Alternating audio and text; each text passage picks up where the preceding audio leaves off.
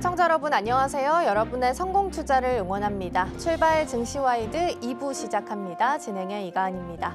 어제 뉴욕 증시는 하락하면서 마무리를 지었습니다. 아무래도 장 초반의 분위기와는 살짝 좀 달라졌었는데요. 미국과 이란 사이의 합의 임박 소식이 전해지면서 장 초반 분위기는 괜찮았습니다. 그런데 이란 쪽에서 미국이 이란의 요구를 받아들일 때까지 호르무즈 해협을 개방하지 않겠다라고 이야기를 꺼내놓자 지수는 하락 쪽으로 고개를 틀었고요. 유가도 다시 한번 오름세를 시연을 했습니다. 특징적인 섹터로 본다면 원전과 전력 쪽이 강했습니다. 요즘 데이터 센터를 짓기 위해서 최우선으로 전력을 확보하기 위해서 노력하고 있다라는 부분들이 보도가 되면서 어제 전반적으로 강세를 보였는데요. 다만 유스케일 파워는 유증 소식을 전하면서 애프터에서는 급락하고 있기 때문에 이 부분까지 함께 참고해서 보시면 좋겠습니다. 자, 그럼 먼저 어제 시장은 어떻게 마감했었는지 우리 시장 지수부터 살펴보겠습니다. 양시장 플러스권에서 머물렀습니다. 코스피 같은 경우에는 장중에 6,400포인트까지 시도하는 흐름들이 확인이 됐습니다. 그때 당시에 삼성전자가 70포인트 정도 지수에 기여하는 모습들이 확인이 되면서 전반적인 흐름을 코스피를 삼성전자가 이끌어갔다라고 정리해 볼 수 있을 텐데요. 어제 장 초반만 하더라도 코스닥 시장이 좀 더 강하고 코스피에서는 힘이 빠지는 흐름들이 확인이 됐었다가 오전 10시와 11시를 기점으로 해서부터는 삼성전자가 힘을 내주기 시작했습니다. 사실 특별한 뉴스가 나왔던 자리는 아니었지만 어젠 삼성전자가 하이닉스 대비해서도 더 강하게 움직임이 나타났었고요. 삼성전자가 끌어가면서 코스피 시장 쪽으로 수급이 이동하는 흐름들도 확인됐습니다. 어젠 이제 11일이었기 때문에 8월 1일부터 10일까지 수출 데이터도 공개가 됐습니다. 역시나 반도체는 여전히 좋았고요. YY 대비해서 155% 상승을 하면서 역대 최대 수출을 기록을 했습니다. 6,300포인트에서 마무리 지었고 코스닥은 0.39% 그래도 강보합 정도 지켜줬고요. 이 안에서는 소부장단들이 힘을 좀 내주면서 857선에서 마무리를 지었습니다. 자, 그럼 넘어가서 수급 동향들 체크해 보도록 하겠습니다.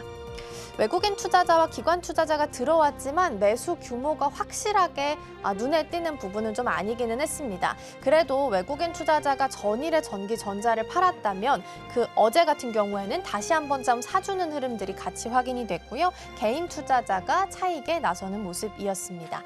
코스닥도 함께 살펴보시죠. 코스닥은 외국인과 기관 투자자가 같이 쌍끌이로 좀 나가는 모습들이 확인이 됐죠. 어제 말씀드린 것처럼 정부 쪽에서 5조 규모로 소부장 펀드를 조성한다라는 이슈가 좀 있었죠. 이에 대해서 소부장주들이 반응을 좀 보였고요. 외국인 투자자들도 의외로 관련한 종목들을 좀 담아가는 흐름들이 어제 시장에서는 함께 확인되기도 했습니다. 앞서 말씀드린 것처럼 코스피가 오전 10시, 11시를 기점으로 해서 힘을 내주기 시작을 했고 그 배경에는 삼성전자의 강한 상승세가 또 있었습니다. 그래서 어제 특별한 뉴스가 있었던 건 아니었지만 올라왔던 배경들 그리고 앞으로 살펴볼 만한 내용들 같이 체크해 보겠습니다. 정웰커 삼성전자가 어제 그래도 눈에 띄는 상승이 좀 있었습니다. 어떤 이유가 좀 있었을까요? 네, 맞습니다. 어제는 그래도 힘을 내줬지만 사실 고점과 비교해봤을 때는 지금 39% 정도 빠진 상황이라고 합니다. 그래서 증권가에서는 지금 비중 확대 기회다라는 의견들이 나오고 있는 상황인데요. 오늘은 삼성전자에 대해서 현재 주가가 어떤지 그리고 주가를 이루고 있는 많은 요인들 같이 하나씩 차근히 분석해 보겠습니다.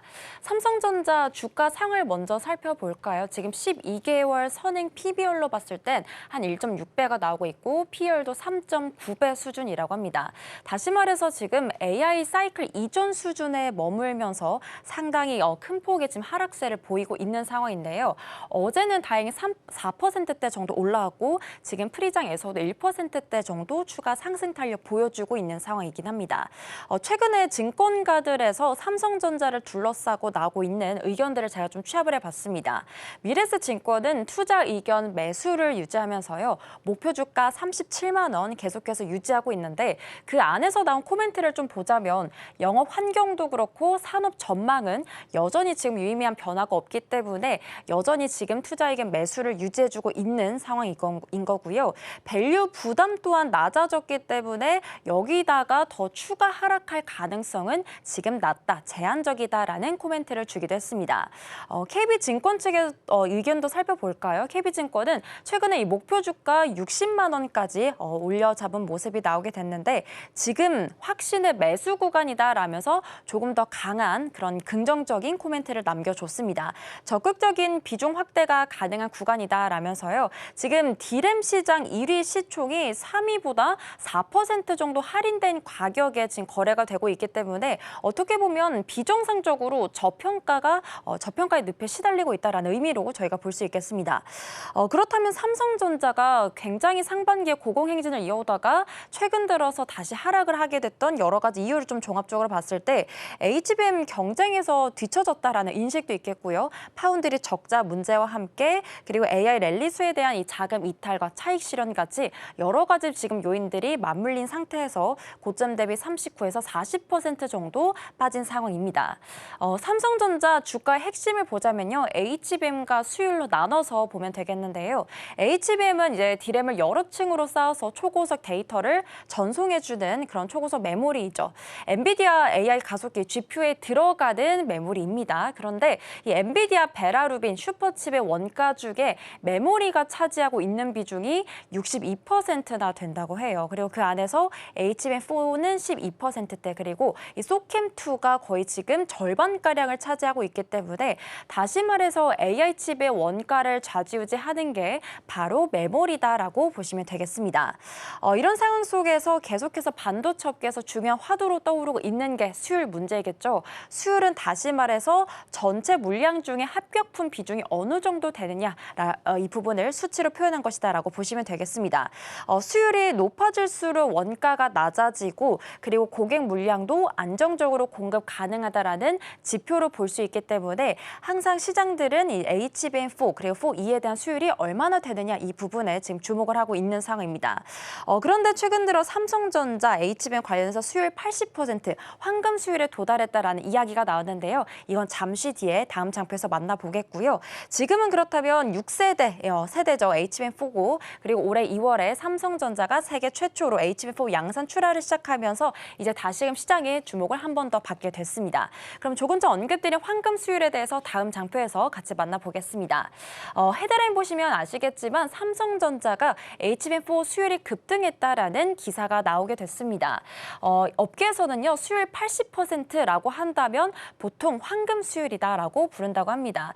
왜냐하면요 지금 이 수치가 고객사가 요구하는 물량을 안정적으로 납품할 수 있는 정도의 성숙도를 의미하고 있기 때문인데요.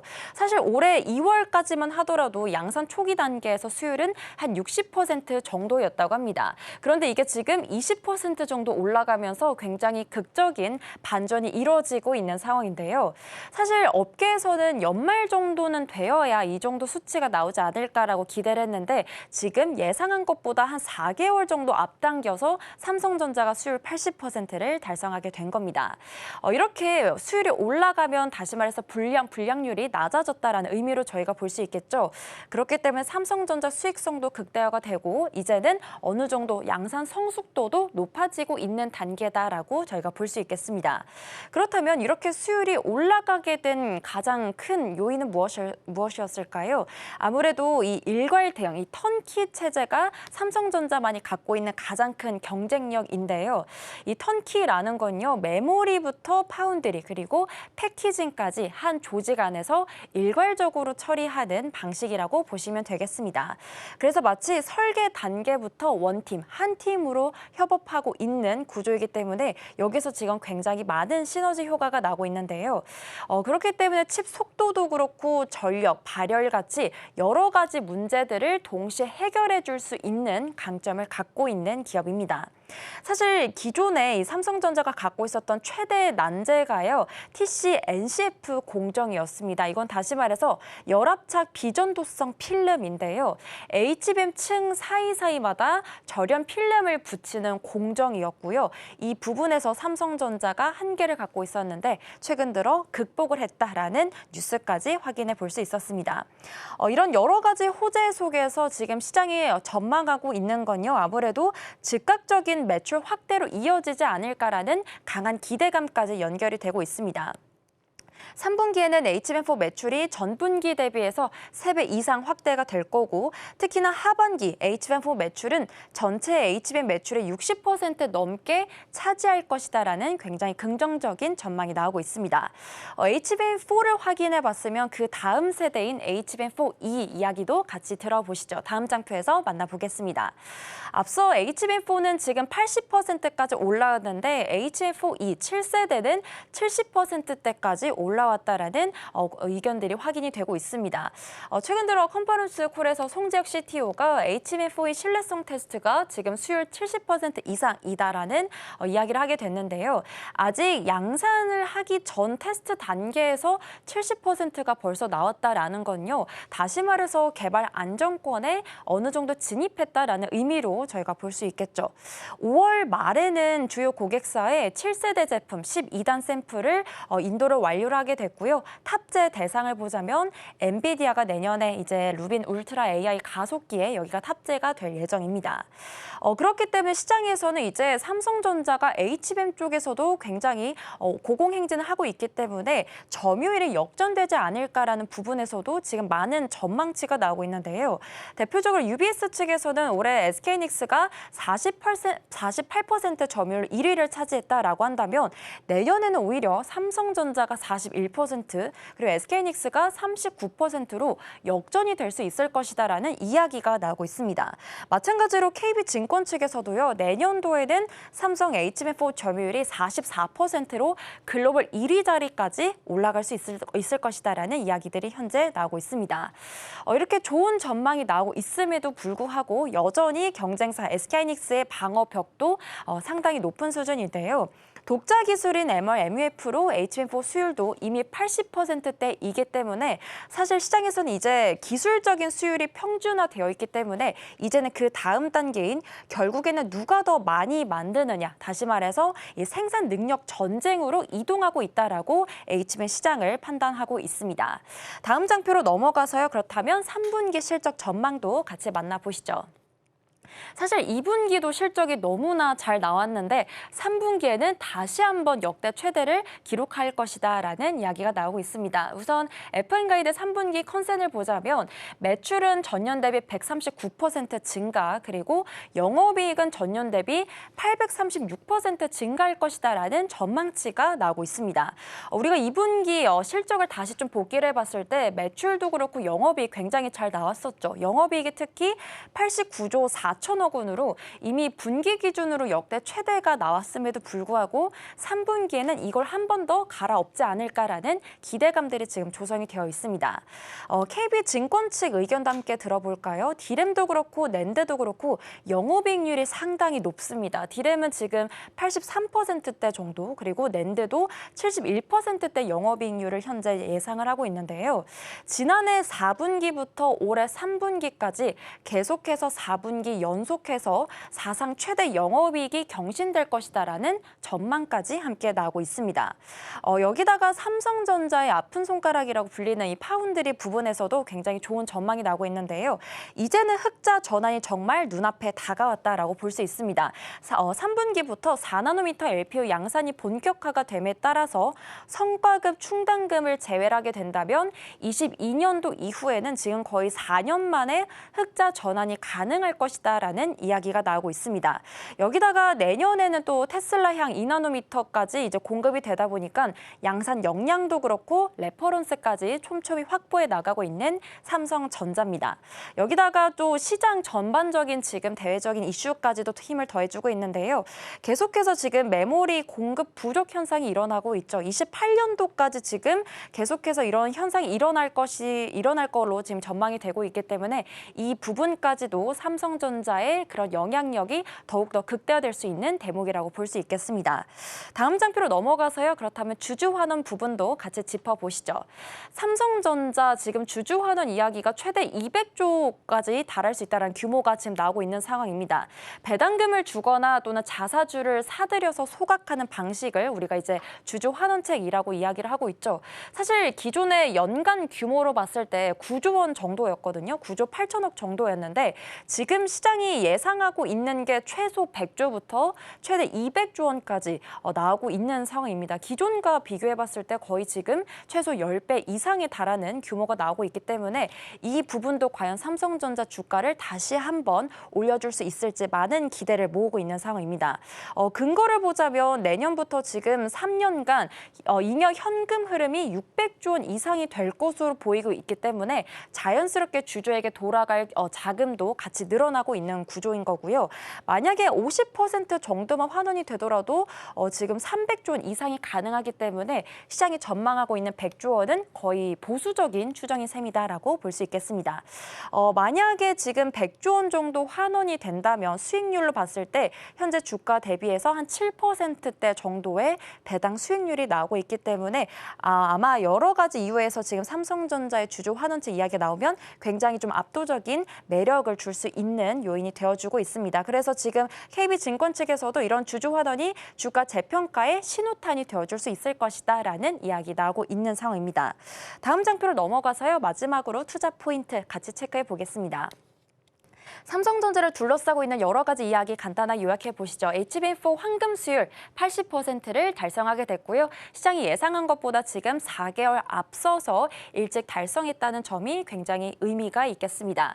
3분기도 그렇고 이제 하반기까지 영업이익과 매출 계속해서 최대 기록을 다시 갈아엎을 것이다라는 긍정적인 전망도 나오고 있고요. 특히나 3분기 영업이익 113조 원까지 지금 이야기가 나오고 있는 상황입니다. 여기다가 주주 환원도 최대 200조 원 이야기 나오고 있고요. 메모리 공급 부족과 함께 LTA까지도 지금 계속해서 좋은 전망들 나오고 있는 상황입니다. 그런데 공존하고 있는 리스크 보자면 경쟁사인 SK하이닉스도 마찬가지로 지금 HBM4 수율이 이미 80%대이고 점유율 경쟁은 지속적으로 이루어지고 있는 상황이기 때문에 이 부분에 대해서 과연 삼성전자가 확실한 우위를 점할 수 있을지 지속적으로 체크를 해봐야 될 것 같고요. 여전히 파운드리에 대한 좋은 이야기가 나오고 있긴 하지만 아직까지는 적자인 게 사실이겠죠. 그래서 시장에서는 하반기엔 흑자 전환이 될 것이다라는 이야기가 나오고 있긴 하지만 구체적인 시점은 아직까지는 불확실하다라는 부분들 확인해 보겠습니다. 그렇다면 삼성전자 우리가 앞으로 어떤 이정표를 체크해 봐야 될까요? 우선 조만간 이제 신규 주주환원 정책이 발표가 되겠죠. 과연 정확한 규모가 어느 정도 될지 이 부분 확인해 봐야 될 것 같고요. 그리고 3분기 이 영업이익 전망치 달성할 수 있을지 같이 체크를 해봐야 될 것 같습니다. 그리고 3분기와 또 하반기 보시면요. 내년 하반기에는요. 루빈 울트라 HBM 최종 사양이 또 공개가 되고 삼성 물량이 어느 정도 배분이 될지 이런 부분들 같이 체크해 보면 될 것 같습니다. 마지막으로 내년도에는 이제 시장이 정말 전망하고 있었던 HBM 점유율 면에서 삼성전자가 SK하이닉스를 과연 꺾고 점유율 41%로 역전을 이뤄낼 수 있을지 계속 지켜보시죠. 네, 삼성전자가 지금 프리장에서도 다행히 1% 빨간불 켜주고 있는데요. 본장까지도 좋은 흐름 이어질 수 있을지 같이 확인해 보시죠. 그렇다면 시장을 둘러싸고 있는 또 다른 트렌드로 넘어가서 이야기 확인해 볼 텐데요. 승현과 오늘은 어떤 트렌드 같이 확인해 볼까요? 네, 오늘 주목해볼 트렌드 이슈는 AI 부품 쇼티지입니다. 최근에 글로벌 AI 데이터 센터와 서버 투자가 가속화가 되면서 이 안에 들어가는 핵심적인 부품 수요가 가파르게 증가하고 있습니다. 특히나 MLCC 그리고 FCBGA 쪽에서 공급 부족 현상이 심화되는 양상이라고 하는데요. 그러다 보니 증권가에서는 이 삼성전기에 대해서 투자 의견 매수와 목표 주가 300만 원 유지하면서 시장 기대치를 상회하는 수익성을 기록할 가능성이 커지고 있다라고 분석하고 있습니다. 자세한 분석들 더 짚어보도록 하죠. AI 서버를 중심으로 MLCC 그리고 FCBGA 수요가 계속해서 급증할 것이다라고 보는 반면 이 생산 능력 손실 증가로 인해서 공급 확대는 제한적인 상황들이 이어지고 있습니다.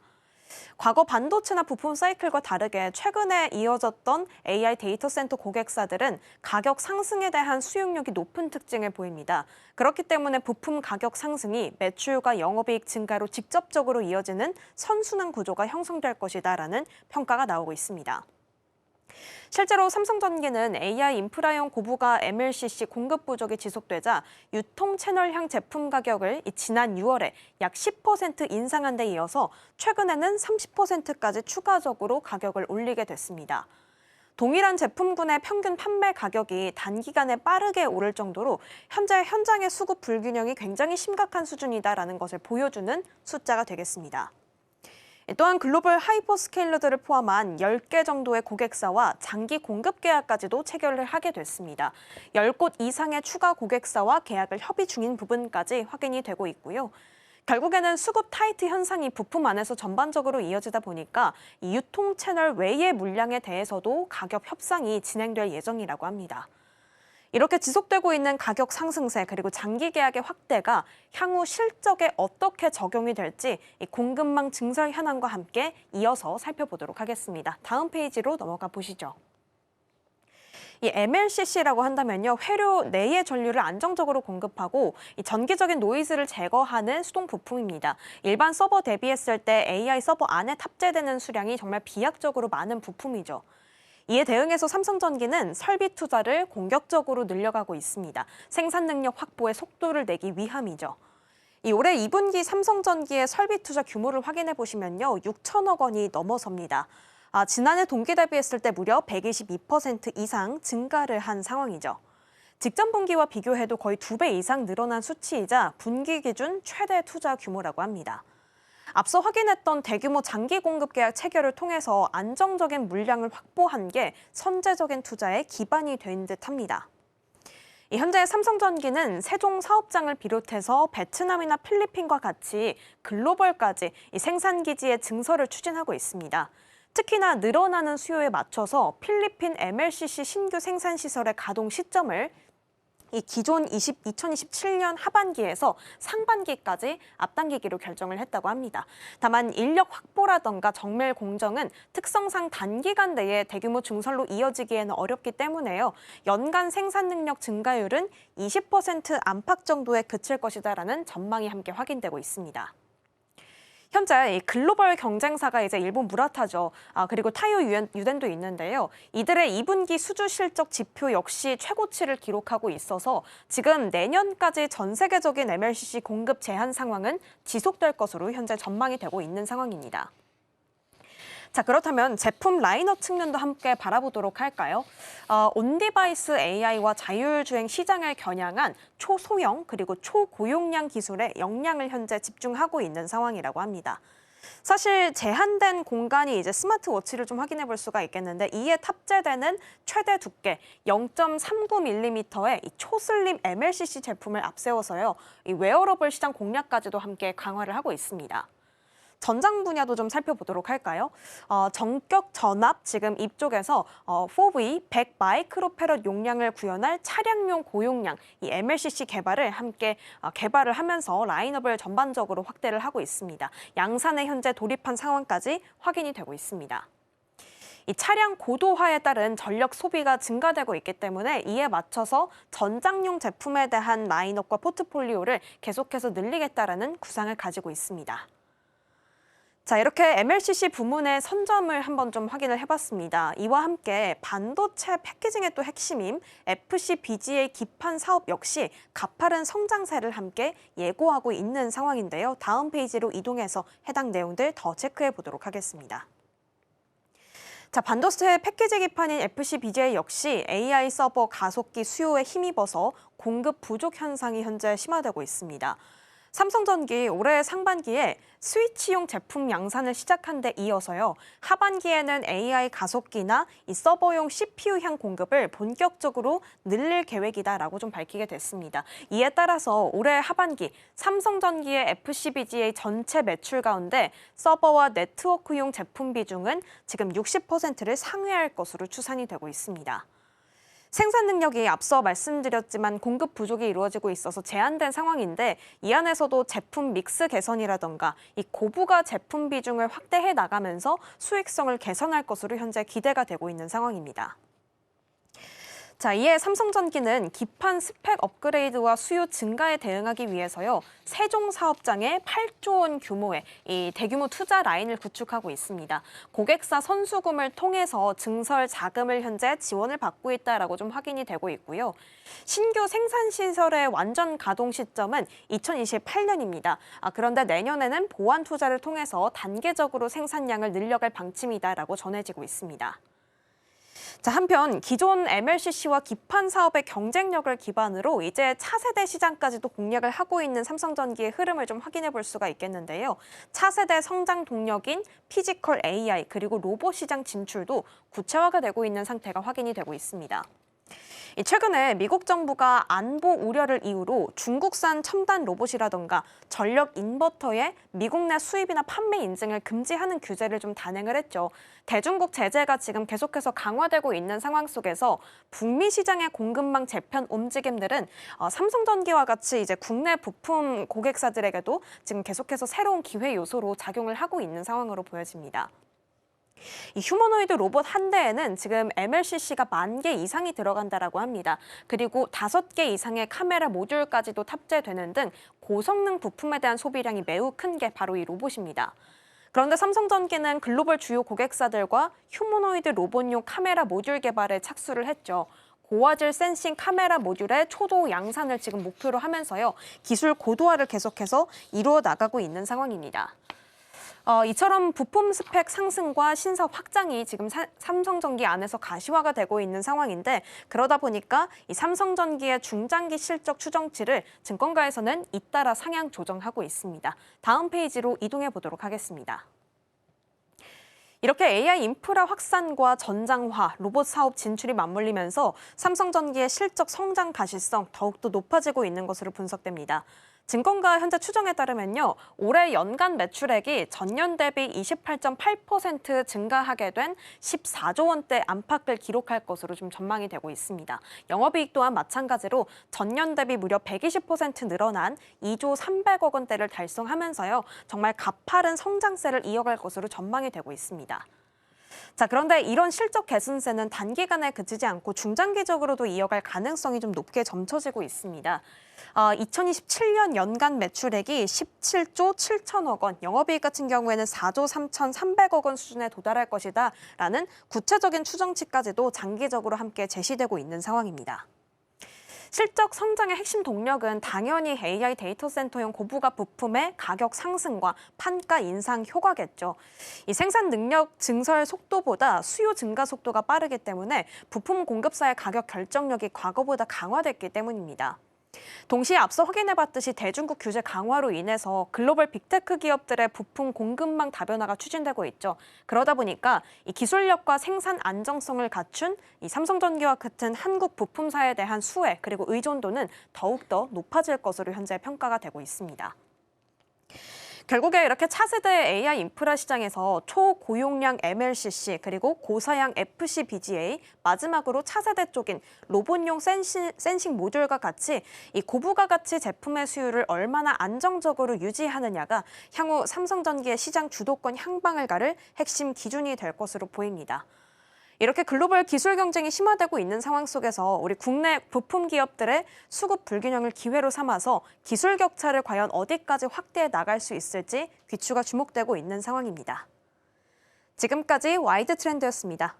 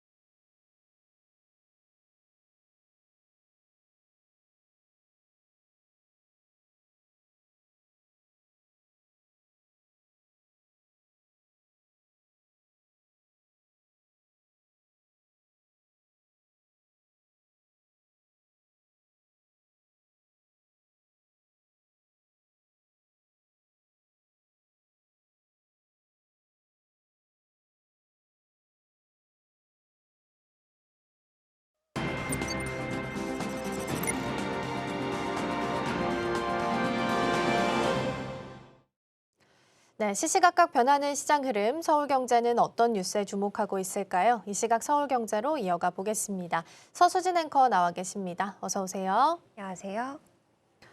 네, 어제 나왔던 수출 데이터부터 살펴보겠습니다. 8월 1일부터 10일까지 반도체 수출 데이터가 발표가 됐는데 역대 최대 수준을 기록을 했습니다. 자세한 수치 먼저 좀 짚어주실까요?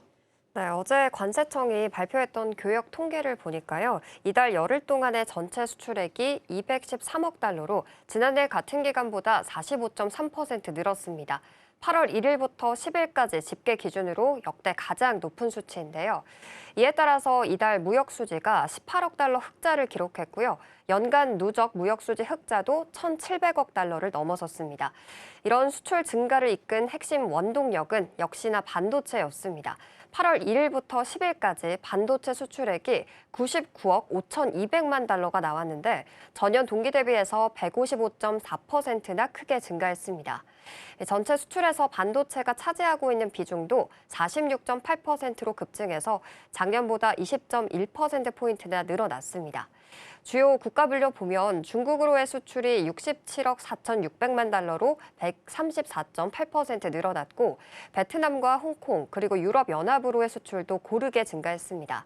석유 제품과 컴퓨터 주변 기기 수출까지도 호조를 보이면서 전체적인 수출 실적을 든든하게 받쳐주고 있습니다. 네, 그런데 이제 앞선 코너에서 들으신 것처럼 지금 생각하는 것보다 주가는 고점 대비해서 크게 하락을 했고요. 여기서 회복을 많이 하지는 못하는 상황이긴 합니다. 목표 주가와 그리고 현재 주가 사이의 괴리율은 언제쯤 줄어들 수 있을까요? 네, 미래에셋 증권 쪽에서 8월 11일 보고서를 내게 됐는데요. 삼성전자에 대해서 투자 의견은 매수를 유지했고 목표 주가도 37만 원 그대로 유지했습니다. 최근 삼성전자 주가가 차익 실현 매물 그리고 수급 부담 때문에 고점 대비해서 39%가량 하락했는데요. 증권가에서는 실제 사업 환경이나 반도체 산업 전망에 부정적인 변화는 전혀 없다는 점을 분명하게 했습니다. 현재 주가를 기준으로 12개월 선행 주가 순자산 비율, 그러니까 PBR이 1.6배, 주가 수익 비율 PER은 3.9배 수준까지 떨어졌습니다. AI 반도체 열풍이 불기 전에 과거 바닥 수준과 비슷해서 주가가 추가로 크게 하락할 가능성은 매우 낮다라고 본 건데요. 특히 주목할 부분은 내년부터 본격화될 주주환원 정책입니다. 삼성전자는 2024년부터 2026년까지 잉여 현금 흐름의 50%를 주주환원에 활용하겠다고 밝혔는데요. 내년부터 3년 동안 쌓일 잉여 현금 흐름의 합계가 보수적으로 계산해도 600조 원 이상으로 예상됩니다. 과거 9년 동안은 3년마다 60조 원을 기준으로 연간 10조 원 안팎을 배당해 왔는데 환원 재원이 이론적으로 10배 이상 늘어날 수 있는 셈입니다. 이 때문에 올해 보통주 기준으로 6.8%에서 9.5% 수준의 주주환원 수익률이 예상되고요. 내년에 강력한 주주환원 원년이 될 것이다라는 전망도 함께 나오고 있습니다. 네, 글로벌리하게 삼성전자를 바라보는 시각은 어떨지도 살펴보겠습니다. 현재 나오고 있는 전망은 어떤 부분들 있을까요? 네, 삼성전자의 향후 전망을 결정지을 핵심 요소는 파운드리와 메모리를 아우르는 풀스택 제조 역량입니다. 삼성전자는 6세대 고대역폭 메모리인 HBM4의 베이스 다이를 직접 생산하는 등 반도체 설계와 생산을 내재화하고 있습니다. 메모리와 로직을 하나로 합치는 칩뿐만 아니라 고객사가 필요한 다양한 반도체를 한 번에 공급하는 턴키 사업 영역을 넓혀가는 게 중장기적인 핵심 경쟁력이 될 것으로 보입니다. 현재 파운드리 사업부는 투자 비용이 많이 들고 수율이 충분히 올라오지가 않아서 적자가 이어지고 있습니다. 하지만 내년부터 본격적으로 시작되는 테슬라향 2나노미터 공정 공급을 계기로 양산 경험까지 축적하게 된다면 글로벌 최선단 공정에서 점유율을 크게 확대할 수가 있습니다. 한편 미국 인텔이 2026년 8월 10일에 공시를 통해서 상장 이후 처음으로 150억 달러 규모의 대규모 유상증자를 단행한다고 발표했습니다. 어제장에서는 자본 지출을 200억 달러로 늘려서 AI 인프라 그리고 첨단 패키징, 파운드리에 투자하겠다라는 취지도 보여줬는데요. AI 연산 분야의 수요가 앞으로도 지속될 것임을 증명해서 서버용 D램과 HBM 수요에는 호재로 작용할 전망입니다. 다만 인텔의 파운드리 설비 투자가 늘어나는 만큼 TSMC의 추격과 더불어서 인텔과의 경쟁도 치열해질 수 있기 때문에 삼성전자가 최선단 공정 수율을 얼마나 빠르게 잡느냐가 향후 주가와 실적 반등의 최대 관건이 될 것으로 전망되고 있습니다. 네, 삼성전자는 현재 프리마켓에서 1%, SK하이닉스 2% 올라갑니다. 어제 뉴욕 증시에서 하이닉스 ADR이 4% 정도 급등을 했기 때문에 오늘 좋은 흐름 기대해 볼 수 있지 않을까 싶습니다.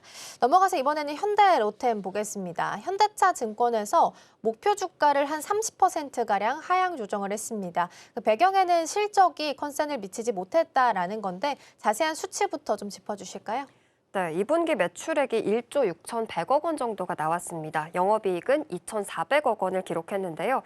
시장의 예상치를 4.7%, 11.4% 각각 밑도는 수치입니다. 실적이 부진했던 가장 큰 이유는 제품 판매 구성 비율이 약화됐기 때문인데요. 방산 부문을 살펴보면 수익성이 높은 폴란드양 K2 전차 1차 실행 계약 물량의 비중이 줄어들게 됐습니다. 반면에 마진이 상대적으로 낮은 2차 물량과 국내 내수 물량까지 함께 늘어나면서 이 내수 비중이 1분기 25%에서 2분기 28.8%까지 증가했습니다. 이윤이 많이 남는 해외 수출이 줄고 국내 판매가 늘면서 전체적인 영업이익률이 1분기 대비해서 2.7%포인트 하락했고요. 다만 2분기 신규 수주로 베트남 호치민 전동차 4,991억 원과 모로코 정유사 관련 사업 7,872억 원 등 총 2조 5천억 원을 추가로 확보해서 전체 수주 잔고는 30조 4천억 원으로 소폭 늘어났습니다. 네, 사실 좋은 이야기들도 많이 있고 아직 미국과 이란 사이의 전쟁이 끝나지도 않은 상황이긴 합니다만 방산주가 추가적인 연속성의 힘을 가져가지는 못하고 있는 상황이긴 합니다. 그럼에도 불구하고 단기적으로 봤을 때 살펴볼 만한 뉴스들이 있다면 어떤 내용들이 있을까요? 네, 아무래도 이번에 미국 국방부에 긴급 무기 증산의 지시가 나왔다라는 부분 체크해 볼 필요가 있겠는데요. 이 중동 지역 전쟁이 장기화되면서 미군이 보유하고 있는 패트리엇과 사드 미사일 재고의 60% 이상이 소진된 것으로 추정되고 있습니다. 이에 미국 국방부가 이 주요 방산 업체들에게 21일 이내에 무기 생산량을 늘릴 구체적인 계획을 제출하라라고 통보했는데요. 하지만 이 미국이 시간 안에 절차상 단기간에 생산량을 늘리기는 쉽지가 않습니다. 바로 이 점에서 이 우수한 양산 가동률과 정확한 납기일 준수 능력을 입증했던 한국 방산 기업들이 대안으로 부각이 됐고요. 특히 현대 로템은 철도 부문에서 19조 원, 그리고 방산 부문에서는 9조 원 등 창사 이래 처음으로 30조 원이 넘는 수주 잔고를 기록하고 있습니다. 대규모 해외 프로젝트를 통해서 철도 사업이 안정적인 외형을 받쳐주고 그리고 전 세계적인 무기 공급 부족 상황에서 방산 사업이 수익성을 이끄는 구조가 부각되면서 투자 심리가 크게 개선되고 있습니다. 네, 앞서서 이제 수주 잔고 말씀을 좀 해주셨는데 실적과 주가를 끌어올릴 수 있는 앞으로의 추가적인 수주 모멘텀은 어떤 부분들이 있을까요? 네, 이 대규모 파이프라인이 실제 계약으로 성사되는 시점이 점점 더 다가오고 있습니다. 국가별로 보면 페루는 지난 7월에 정권 교체 이후 실무 협상이 상당 부분 진전되어서 하반기 내에 계약 성사가 유력한 상황이고요. 이라크는 중동 전쟁 영향으로 상반기 일정이 지연됐지만 시제 차량 출고를 마치고 하반기 한국 정부와 연계해서 성과를 내는 걸 목표로 하고 있습니다. 폴란드는 3차 실행 계약 착수를 위해서 사전 준비가 진행 중이고요. 루마니아는 정부 구성 지원으로 2027년경의 수주가 예상됩니다.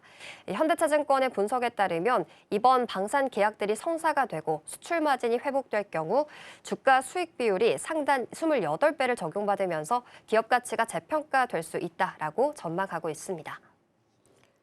네, 현대로템 프리마켓에서는 현재 0.9% 정도 상승하고 있다라는 부분까지 같이 전달드리겠습니다. 이 시각 서울경제 오늘 여기서 마무리합니다. 오늘 말씀 고맙습니다.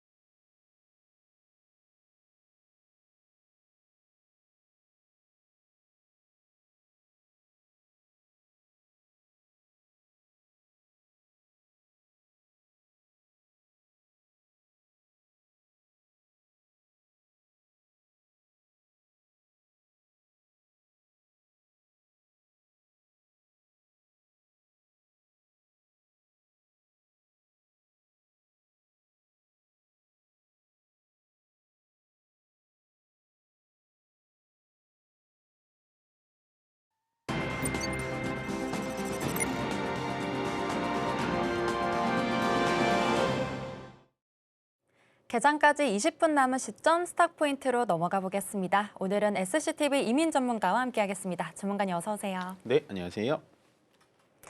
네, 우선 프리장 분위기부터 먼저 살펴보시죠. 반도체 투톱은 지금 동반 강세 보여주고 있고요. 그리고 어제는 좀 올랐던 종목들이 오늘은 일시적으로 차익 매물들이 나오고 있는 상황입니다. 제약바이오도 지금은 떨어지고 있는데 우선은 지금 프리장 분위기 어떻게 보고 계시는지 분위기부터 먼저 체크해 보겠습니다. 일단은 말씀하신 것과 같이 전일 미국 시장 자체가 좀 조정이 나왔어요. 이틀 연속 좀 하락이 나왔는데 우리나라 시장은 그에 반면에 오늘은 일단 삼성전자 하이닉스가 빨간불을 켜주면서 전체적으로 좀 좋은 흐름 보여줄 걸로 예상이 됩니다. 그에 따라서 일단은 미국 시장에서 꽤 우리나라에 영향을 주는 뉴스들이 나왔죠. 인텔의 유상증자 확대 소식이라든지 그리고 전체적으로 코어 위브와 슈퍼마이크로 컴퓨터의 전체적인 실적 서프라이즈가 나오면서 아마 AI 수요, 인프라 수요에 따른 삼성전자 하이닉스 중심의 시장이 펼쳐질 것 같고요. 그다음에 최근 들어서 화장품 관련된 종목들이 꽤 좋은 모습 보여주고 있습니다. 그래서 화장품 종목들 프리장에서부터 꽤 좋은 어제 코스맥스 같은 경우에는 애프터 시장에서도 큰 상승이 보여줬어요. 미국 지사 쪽에 실적이 좀 나왔다라고 보여주시면 될 것 같고요. 그 다음에 뭐 저기 산일전기라든지 LS 일렉트릭, 효성중공업 이런 전력기기들도 꽤 괜찮은 모습 보여주고 있습니다. 쉽게 말씀드리면 이제 반도체 AI 인프라가 좀 확장이 되면 결국에는 그 AI 데이터 센터를 돌려야 되는 전력기기들이 필요한 수량이 많아지다 보니까 당연스럽게 반도체 AI와 같이 흐름을 하는 듯한 보여주고 있다라고 보시면 될 것 같습니다. 그래서 일단은 시장은 오늘 꽤 좋은 분위기로 시작을 할 것 같은데요. 계속해서 우리가 봐야 되는 거는 수급입니다. 수급적인 부분에서 외국인들의 순매수가 연속해서 들어오는지 아니면 외국인들이 좀 매도를 진행하면 기관에서 외국인들의 수급을 어떻게 받아주는지가 중요해요. 근데 최근에는 코스피와 코스닥 시장에서 거래 대금이 꽤 말라 있는 상태입니다. 8월 달에 시장이 꽤 좋았음에도 불구하고요. 전체적으로 거래 대금이 6월 달에 절반도 못 미치는 수준이기 때문에 거래 대금이 좀 어떻게 들어오는지 그리고 어제부터는 신용잔고가 살짝 들어옵니다. 다시 신용잔고로 이렇게 많이 꺾였던 부분이 신용이 좀 비트가 좀 늘어나고 있는 부분까지 보시면서 전체적으로 시장은 올라가겠지만 수급까지도 잘 챙겨 보시면서 시장 대응하는 게 좋아 보인다라고 말씀드리겠습니다. 네, 그리고 지금 프리마켓에서 오르고 있는 종목들 하나씩 짚어보자면 전선, 전력기기 쪽들 흐름이 좋은 것 같습니다. 워낙 AI 데이터 센터에 대한 투자 설비가 늘어나고 있다는 이야기들도 많이 나오면서 전력도 그리고 전선 쪽 계속해서 수혜주다라는 이야기들 나오고 있는데 유독 또 오늘 장에서 오르고 있는 이유는 어떤 게 있을까요? 방금 얘기 드렸다시피 네. 결국에는 반도체 인프라, 그러니까 AI 인프라가 늘어나면 반도체는 당연히 우선순위로 올라가는 게 맞고요. 네. 근데 그 AI 인프라를 돌리려면 전선이라든지 전력기, 그러니까 변압기가 꼭 필요합니다. 근데 이제 최근에 좀 많이 올라왔어요. 8월 달에 시장이 정상화가 되고 나서 뭐 HD 현대일렉트릭, LS 일렉트릭, 효성중공업, 특히나 효성중공업 같은 경우에는 바닥에서 거의 제 기억에는 한 40% 정도 올라온 걸로 기억을 하는데 효성중공업이 원래 400만 원까지 갔던 종목이긴 합니다만 최저가 180만 원에서 거의 300만 원 근처 290만 원까지 올라왔으니까 꽤 많이 올라온 건 맞아요. 그래서 전체적으로 지금 많이 좀 최근에 또 눌렸죠. 이렇게 보시면 8월 달에 쭉 좋다가 이런 식으로 쭉 올라왔다가 최근 한 4일 동안은 이렇게 좀 눌려 있었으니까 AI 인프라를 받아서 같이 좀 올라가는 흐름으로 보시면 된다. 그래서 효성중공업 같은 경우가 미국에 가장 수요가 많습니다. 그래서 효성중공업이 저는 가장 알짜 기업이라고 보여주면 될 것 같고요. 그 다음에 이제 중소형 같은 단에서 보신다면은 산일전기 정도를 보시는 게 좋을 것 같아요. 산일전기 같은 경우에는 특수 변압기입니다. 태양광이라든지 풍력 쪽의 변압기를 좀 돌려주는 특수 변압기인데 결국에 산일전기 같은 경우에는 가장 최우수 고객 파트너가 블룸에너지라는 점만 생각을 해주시면 좋을 것 같아요. 애프터로 보자면 현재 얘도 4% 올라가고 있고 지금 전력기기 관련된 종목 중에 얘가 제일 좋습니다. 일진전기가 오늘 14% 올라가고 있는데 사실은 어제 이제 애프터장에서도 제일 좋았어요. 실적이 이제 서프라이즈가 나왔는데 보시면 뭐 차트적인 부분에서 요거 이제 KRX로 보면 차트적으로 보더라도 일단 떨어진 자리만큼은 어느 정도 좀 떨어졌다라고 보시면 될 거기 때문에요. 전체적으로 많이 기다리셨던 분들은 조금 수익을 실현할 수 있지 않을까라는 생각을 합니다. 그래서 일단은 오늘 14% 올라가는데 늘 제가 이제 프리장을 해석을 하면서 말씀을 드리지만 프리장과 본장은 조금 분위기가 달라요. 그만큼 최근에는 제가 말씀드렸다시피 거래 대금 자체가 여기 보시면 거래 대금 자체가 좀 많이 말라 있죠. 이렇게 지금 제가 이걸 좀 키워드릴게요. 이렇게 보시면 우리가 연초에만 하더라도 요 5월 달까지 6월 달부터 시장이 좀 별로였으니까 이렇게 거래 대금이 꽉 차 있었는데 6월 달에는 반도체만 갔고 7월 달에는 시장이 완전히 박살이 났고 8월 달에는 이제 회복을 해줍니다만 전체적으로 시장이 막 화라산처럼 올라갈 때만큼의 거래 대금이 들어오지 않고 있습니다. 그렇기 때문에 프리장에서 올라간다고 해서 너무 이렇게 본장에서 기대감이 크게 가지실 필요는 없고요. 오히려 저는 프리장과 애프터장을 어떻게 활용을 하냐 매수보다는 매도로 활용하는 게 좋습니다. 그래서 약간은 본장에 들어가서는 좀 눌림이 있을 수 있으니까요. 연속적인 시세는 본장 들어가서 확인하시는 게 좋다라고 정리 드리겠습니다. 네, 우선 오늘 프리장에서는 AI 반도체 밸류체인 전반적으로 흐름이 좋습니다. 마찬가지로 소부장도 지금 좋은 흐름 연출되고 있는데요. 아무래도 엮어있는 좀 스토리를 보자면 인텔의 유상증자 이야기를 해볼 수 있겠죠. 200억 달러 증자에 지금 1000억 달러가 넘는 자금이 쏠린 상황입니다. 이런 대규모 자금들이 서버용 CPU나 그리고 AI 인프라 투자 확대로 이어지게 된다면 우리나라 메모리나 뭐 서버 부품, 소부장 쪽까지도 수혜를 좀 기대해 볼 수 있을까요? 네, 이거는 좀 절대적이고 무조건이라고 말씀을 드릴 수가 있어요. 네. 원래는 150억 달러였잖아요. 네. 우리가 어제 아침에만 얘기했더라도 이거 좋으니까 반도체 소부장 좋습니다라고까지 코멘트를 하고 갔는데 그걸 밤사이에 또 50억 달러를 늘렸습니다. 뭐 지금 이유를 살펴보니까 앵커님께서 말씀하셨다시피 150달러 정도의 유상증자를 공고를 했는데 자금이 1000억 달러가 모이다 보니까 50억 달러를 더 증자를 해버린 거예요. 그래서 지금 현재 시장 참여자들이 인텔이 잘할 것 같아서 들어갈 거야 라는 느낌보다는 어제도 제가 짚어드렸지만 인텔이라는 회사 물론 굉장히 우수합니다. 근데 지배 구조를 본다면 미국 정부의 지배 구조가 굉장히 세고요. 결국엔 지금 미국 정부가 강압적으로라도 끌고 갈 가능성이 높구나라고 해서 시장 투자자들이 많은 자금들을 좀 쏟아붓는 것 같다라고 보시면 될 것 같습니다. 뭐 우리는 그거는 이제 미국의 사정이니까 우리의 입장만 생각을 하자면 결국에 인텔이 이렇게 확대하는 이유가 뭘까요? 파운드리 산업도 키워야 되고요. 그다음에 제가 말씀드렸죠. 처음에 AI는 학습의 영역일 때는 GPU가 중요했고 그다음에 추론으로 넘어오자마자 뭐가 중요했냐? 메모리 반도체인 D램이 중요했고 D램도 과부하가 일어나다 보니까 낸드 플래시라고 하는 저장 장치가 또 중요했고 그 다음이 뭘 거냐? 라는 거거든요. 그 다음은 CPU입니다. CPU의 역할이 뭐냐면요. 내가 이 책을 찾고 싶어. 내가 이 정보를 찾고 싶어. 그러면 빠르게 그 정보를 찾아주는 중간 역할을 하는 게 CPU거든요. 그러면 전 세계에서 CPU의 최강자가 인텔입니다. 그러면 결국에는 우리나라의 CPU 관련된 종목들 그리고 CPU 관련된 장비주들이 되게 많이 포진이 돼 있고요.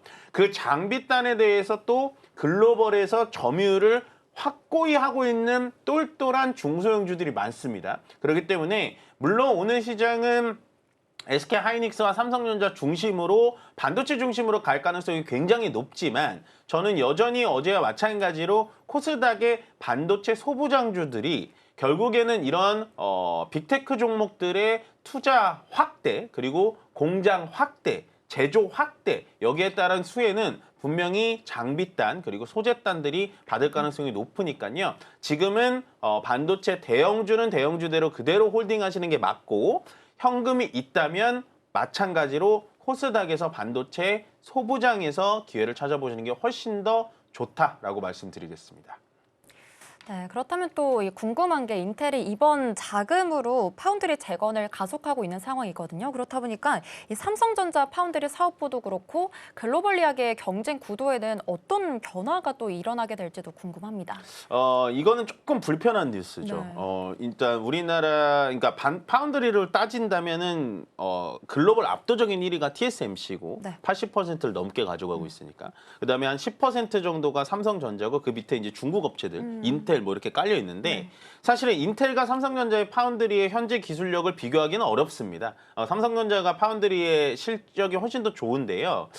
다만 이제 제가 걱정이 되는 건 현재 1등인 TSMC를 따라갈 수는 없어요. 워낙에 공고하고 워낙에 점유율이 확고하고 기술력이 좋기 때문에. 근데 현재 삼성전자의 2위 자리를 노리는 중국 업체들도 많고 인텔도 혹시나 이렇게 자금을 투여하고 미국 정부가 강하게 압박을 하면 기술력을 따라올 수가 있거든요. 그러니까 저는 이제 반도체 애널리스트가 아닙니다만 파운드리 산업이라는 건 특징이 있어요. 많이 해보고 많이 실패해보고 많이 만들어봐야 됩니다. 그래서 예전에 이제 TSMC가 한창 수율이 좋지 않고 삼성전자보다 파운드리 산업에서 한창 처질 때 애플이랑 같이 진행을 하면서 수율을 지금까지 극대화를 끌어올린 거거든요. 그래서 삼성전자는 조금 더 속도를 내야 될 것 같다라는 생각을 합니다. 근데 걱정을 안 하셔도 되는 게 뭐냐면 이번에 삼성전자 컨퍼런스 콜에서도 파운드리에 대한 비중을 좀 늘렸어요. 그리고 다음 분기에는 파운드리에서 우리가 적자폭을 확 줄이거나 아니면 흑자를 낼 수 있다라는 얘기까지 나오고 있으니까 저는 삼성전자 파운드리에 대해서는 조금은 강한 좀 믿음감이 있어요. 왜냐하면 현재 삼성전자가 한 2년 전, 3년 전만 하더라도 테일러 팹이 놀았습니다. 그만큼 고객사가 중국 고객사밖에 없었거든요. 되게 조그만 반도체 회사들밖에 없는데 최근에 삼성전자가 이 파운드리 산업으로 만들어주는 회사들의 면면을 보면 일단 첫 번째 테슬라의 AI 칩을 만들어주고 있죠. 그 다음에 엔비디아의 칩을 만들어주고 있습니다. 물론 자회사긴 합니다만. 그 다음에 구글 것도 만들어주고 있고 그 다음에 애플의 이미지 센싱도 하고 있고요. 그 다음에 마지막으로 최근에 굉장히 핫하게 뉴스가 나왔던 엔스로픽, 클로드를 하고 있는 엔스로픽의 AI 칩까지도 파운드리를 하겠다라는 얘기까지 나오고 있기 때문에 물론 삼성전자가 현재 파운드리 산업을 잘해가지고 이게 계속해서 고객이 늘어나는 건 아니에요. TSMC의 고객들이 워낙에 줄을 많이 서 있고 가격도 비싸다 보니까 삼성전자한테 낙수 효과가 일어나는 거거든요. 그래서 삼성전자는 이 기회를 놓치지 말고 2위를 확고히 하는 작전을 좀 펼쳐야 될 것 같다. 인텔이 만약에 파운드리에 대해서 돈을 때려 붓고 기술력을 따라온다면 분명히 삼성전자한테는 악재는 맞습니다. 그렇기 때문에 지금은 저는 삼성전자가 파운드리 산업에 대해서 물론 D램과 메모리 반도체도 중요합니다만 파운드리 산업에 대해서 분명히 속도를 내야 되고 기술력을 높여야 될 때다라고 생각합니다. 네, 그리고 이제 삼성전자와 하이닉스 저희 주가를 좀 놓고 봤을 때 어제는 삼성전자가 거의 장중에 5%대까지 기록한 모습들이 체크가 됐었고 반면에 SK하이닉스는 소폭이지만 좀 강보권에서 거래를 마무리를 하게 됐습니다. 최근 주가 흐름 봤을 때 삼성전자가 좀 더 큰 상승폭을 또 기록한 모습들이 체크가 됐는데 그렇다면 이제 반도체 투톱 안에서도 우리가 이 차별화 장세가 이루어지고 있다라고 뭐 이렇게 봐도 되는 걸까요? 차별화보다는 네. 가장 큰 차이는 원래 이제 어제 삼성전자가 한 4% 그리고 네. 장중에 5% 올라갔으면 SK하이닉스는 뭐 8%, 10% 정도 올라가는 게 맞았거든요. 네. 뭐 맞다 틀리다는 아니지만 그러면 SK하이닉스가 왜 이렇게 요즘 삼성전자보다 탄력이 약하냐? 네. 뭐 돈을 덜 벌어서 그러냐? 아니면 기술력이 없어서 그러냐? 그건 아니거든요. 네. 오히려 돈을 더 잘 벌고 반도체 회사니까 얘는. 그리고 HBM 쪽에 대해서는 기술력은 아직도 SK하이닉스가 훨씬 좋습니다. 그러면 최근에 SK하이닉스의 주가가 계속해서 지지부진하고 재미가 없는 건 네. 주주환원 정책의 차이가 가장 큰 것 같아요. 그래서 네. 삼성전자 같은 경우에는 주주환원 정책에 대해서 정확한 계획을 좀 내줬고 거기다가 이제 외사 리포트긴 합니다만 전체적으로 이제 베리 순이라고 하는 정말로 이번 달 내에 주주환원 정책을 우리가 낼 것이다라고까지 얘기가 나오고 있기 때문에 시장에서는 그거를 좀 긍정적으로 받아들이는 것 같고요. 반면에 SK 하이닉스 같은 경우에는 이제 계획 중이다라고 하면서 명확한 계획을 보여주지도 보이지도 않고 어떠한 뭐 주주환원 정책에 대해서 어떠한 그림을 그려준 적도 없기 때문에 시장에서 굉장히 실망을 하는 것 같고요. 그다음에 최근에 이제 SK하이닉스의 미국 자회사죠. 솔리다임에 대해서 전체적으로 ADR 중복 상장 이슈도 좀 시장에서 좀 약간은 눈에 가시로 보여지는 것 같습니다. 저도 크게 이거는 호재라고 보여지진 않거든요. 만약에 솔라다임을 상장을 해서 SK하이닉스 주주들한테 물적 분할을 해준다라고 한다면은 뭐 크게 문제는 없을 것 같은데 그냥 중복 상장을 하게 된다라고 한다면 SK하이닉스의 전체적인 주주 가치 자체가 떨어진다라는 겁니다. 그래서 시장에는 약간은 좀 불편한 이슈가 SK하이닉스 중심으로 좀 일어나고 있다라고 보시면 될 것 같아요. 다만 이거를 한 번에 좀 끝내려면 결국에는 SK하이닉스에서 조금 더 빠르게 계획보다 조금 더 빠르게 주주환원 정책을 어느 정도 보여준다면 저는 이러한 노이즈는 한 번에 역전할 수 있다라고 생각을 합니다. 결국에는 삼성전자, SK하이닉스 펀더멘탈과 주가적인 측면 그리고 영업이익적인 측면에 대해서는 절대로 지금 우리가 태클을 걸 게 없기 때문에 여전히 저는 좀 가져가셨으면 좋겠어요. 최근에 SK하이닉스에 대해서 많은 노이즈가 있는 거 압니다. 뭐 HBM을 싸게 납품했다든지 뭐 솔라다임을 뭐 중복 상장한다든지 뭐 주주환원 정책 제대로 안 된다든지 모든 노이즈가 많은데요. 저는 결국에는 우리나라 자체가 지금 이렇게 많이 한 번에 돈을 벌어본 적도 없고 그리고 이렇게 단기간 내에 큰 돈을 벌어본 적도 없기 때문에 주주환원 정책에 대해서 이제 지금 시장 참여자들은 미국에 맞춰야 되지 않냐라는 눈높이가 올라간 건 맞습니다만 이런 상황 자체도 처음이기 때문에 조금만 시간을 준다면 저는 충분히 친화적인 주주환원 정책이 나올 거라고 믿고 있기 때문에요. 지금은 그것 때문에 주가가 떨어진다라고 하면 결국엔 분명히 재반등까지는 올 수 있다라고 말씀드리겠습니다. 네, 그리고 이제 말씀해주신 주주 환원을 두고 조금 더 여쭤보고 싶은 게 사실 워낙 지금 시장의 눈높이가 굉장히 높아진 상황이잖아요. 반도체 시설 투자도 시급한 상황 속에서 오히려 이 주주 환원에 대한 압박이 주가에는 부담이 되지 않을까 걱정이 되는데 어떻게 보시나요?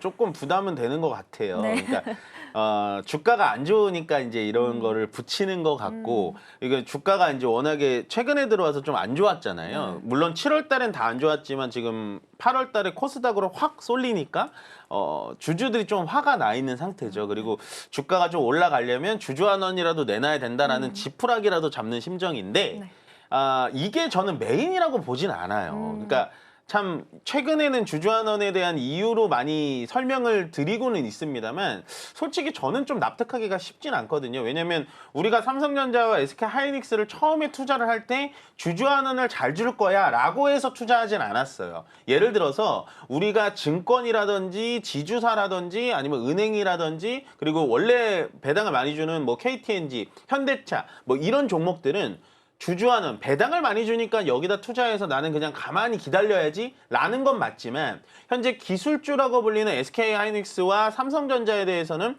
배당 때문에 투자하진 않았거든요. 근데 이제 워낙에 단기간에 돈을 많이 벌고 또 이렇게 막 갑자기 현금 흐름이 뭐 풍족해지다 보니까 이 주주들에 대해서도 좀 신경을 써달라라고 하는 시장의 좀 외침인 것 같습니다. 그래서 현재 주가를 떨어뜨리는 주요 원인은 아무리 보더라도 주주환원 정책은 맞는 것 같은데 이것만 한건만 해결이 된다면 어느 정도 바닥을 좀 잡아준 상태에서 다시 한번 좀 들어올릴 가능성은 충분히 있으니까요. 너무 이렇게 조급하게 생각을 안 하셨으면 좋겠다. 저는 여전히 반도체 투톱에 대해서는 다시 올라갈 가능성은 충분히 있으니까요. 너무 걱정하지 않으셨으면 좋겠다라고 말씀드리겠습니다. 네, 그리고 삼성전자 주가도 보자면 지금 22에서 23만 원 정도에서 지금 바닥 다지려는 시도가 나타나고 있는 상황이긴 하거든요. 근데 보통 이렇게 바닥을 다지면 우상향으로 이어지는 게 보통인기 마련인데 그렇다면 삼성전자도 마찬가지로 그런 흐름들을 이어갈 수 있을까요? 네, 아마 그럴 겁니다. 지금은 거의 바닥인 것 같아요. 그렇죠, 네. 저는 이제 단기 바닥이라고 거의 90% 확신하거든요. 네. 근데 상승 추세로 언제 돌아올릴 거냐라는 거는 못 맞히겠어요. 그쵸. 예, 그거를 맞춘다라는 건 말도 안 되는데 네. 최근에 코스피도 박스권입니다. 네. 코스닥은 바닥을 찍고 V자 반등으로 좀 올라오고 있지만 코스피는 박스권이에요. 그 말인즉슨 삼성전자와 하이닉스도 똑같이 비추세, 그러니까 박스권의 중간선에서 왔다 갔다 할 가능성이 높다라는 거죠. 물론 오늘도 상승을 하고 있습니다. 프리정에서 올라가고는 있습니다만 이렇게 올라갈 때 따라잡으시면 안 된다라는 거예요. 제가 어제도 말씀드리고 저번 주부터 계속 말씀드리는 건 저는 삼성전자 삼성전자와 SK하이닉스의 뷰는 여전히 똑같습니다. 여전히 상승 추세로 갈 겁니다. 다만 예전처럼 공격적인 매수만 하지 말고 기다리세요 라고 말씀을 드리는 건 지금은 외국인들 주체로 삼성전자 하이닉스가 올라가야 되는데 외국인들이 매일 솔직히 개인 투자자들을 많이 속이고 있어요. 오늘도 매도가 좀 나올 것 같은데 그런 거에 너무 흔들리지 마시고요. 지금 내가 얼마에 물려있던지 분명히 돌아 세울 수 있으니까 지금은 좀 여전히 강력하게 홀딩만 하셔라 라고 말씀드리겠습니다. 네, 우선은 코스피는 1.6%대 정도 상승할 것으로 보이고 있습니다. 오늘 개장 어떤 분위기 연출이 됐을지 같이 개장문 열고 다시 돌아오도록 하겠습니다.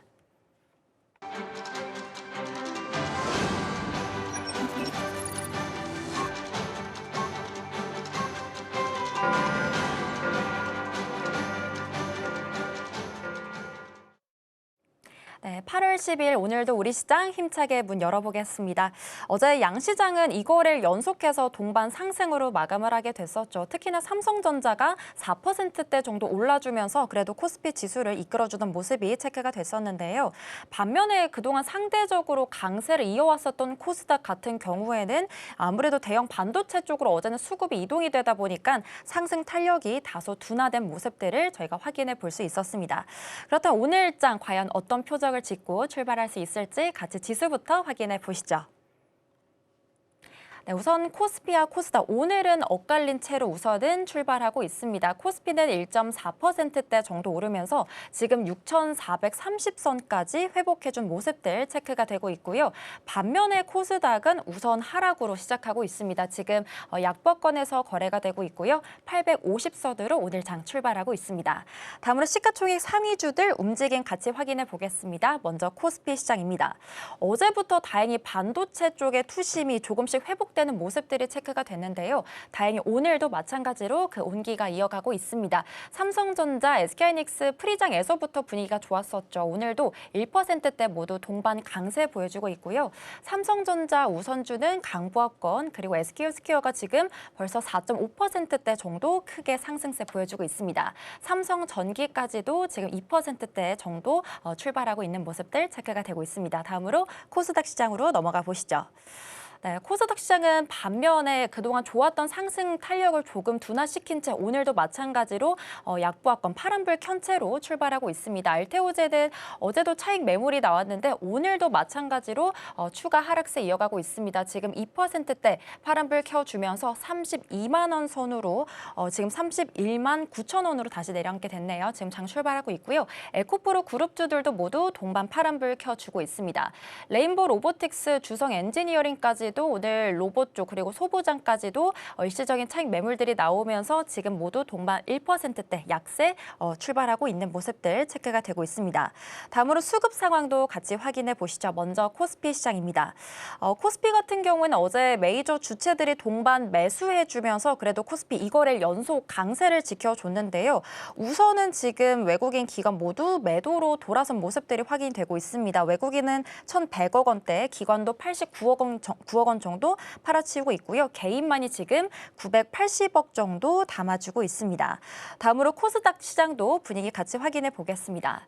네, 코스닥도 어제 메이저 주체들 모두 팔아치우면서 상승폭이 좀 제한된 모습들이 체크가 됐는데 오늘도 마찬가지로 매도 기조 이어가고 있습니다. 각각 900억 원 그리고 기관도 소폭이지만 120억 정도 팔아치우고 있고요. 개인만이 지금 1,200억 정도 담아주고 있는 모습들 체크가 되고 있습니다.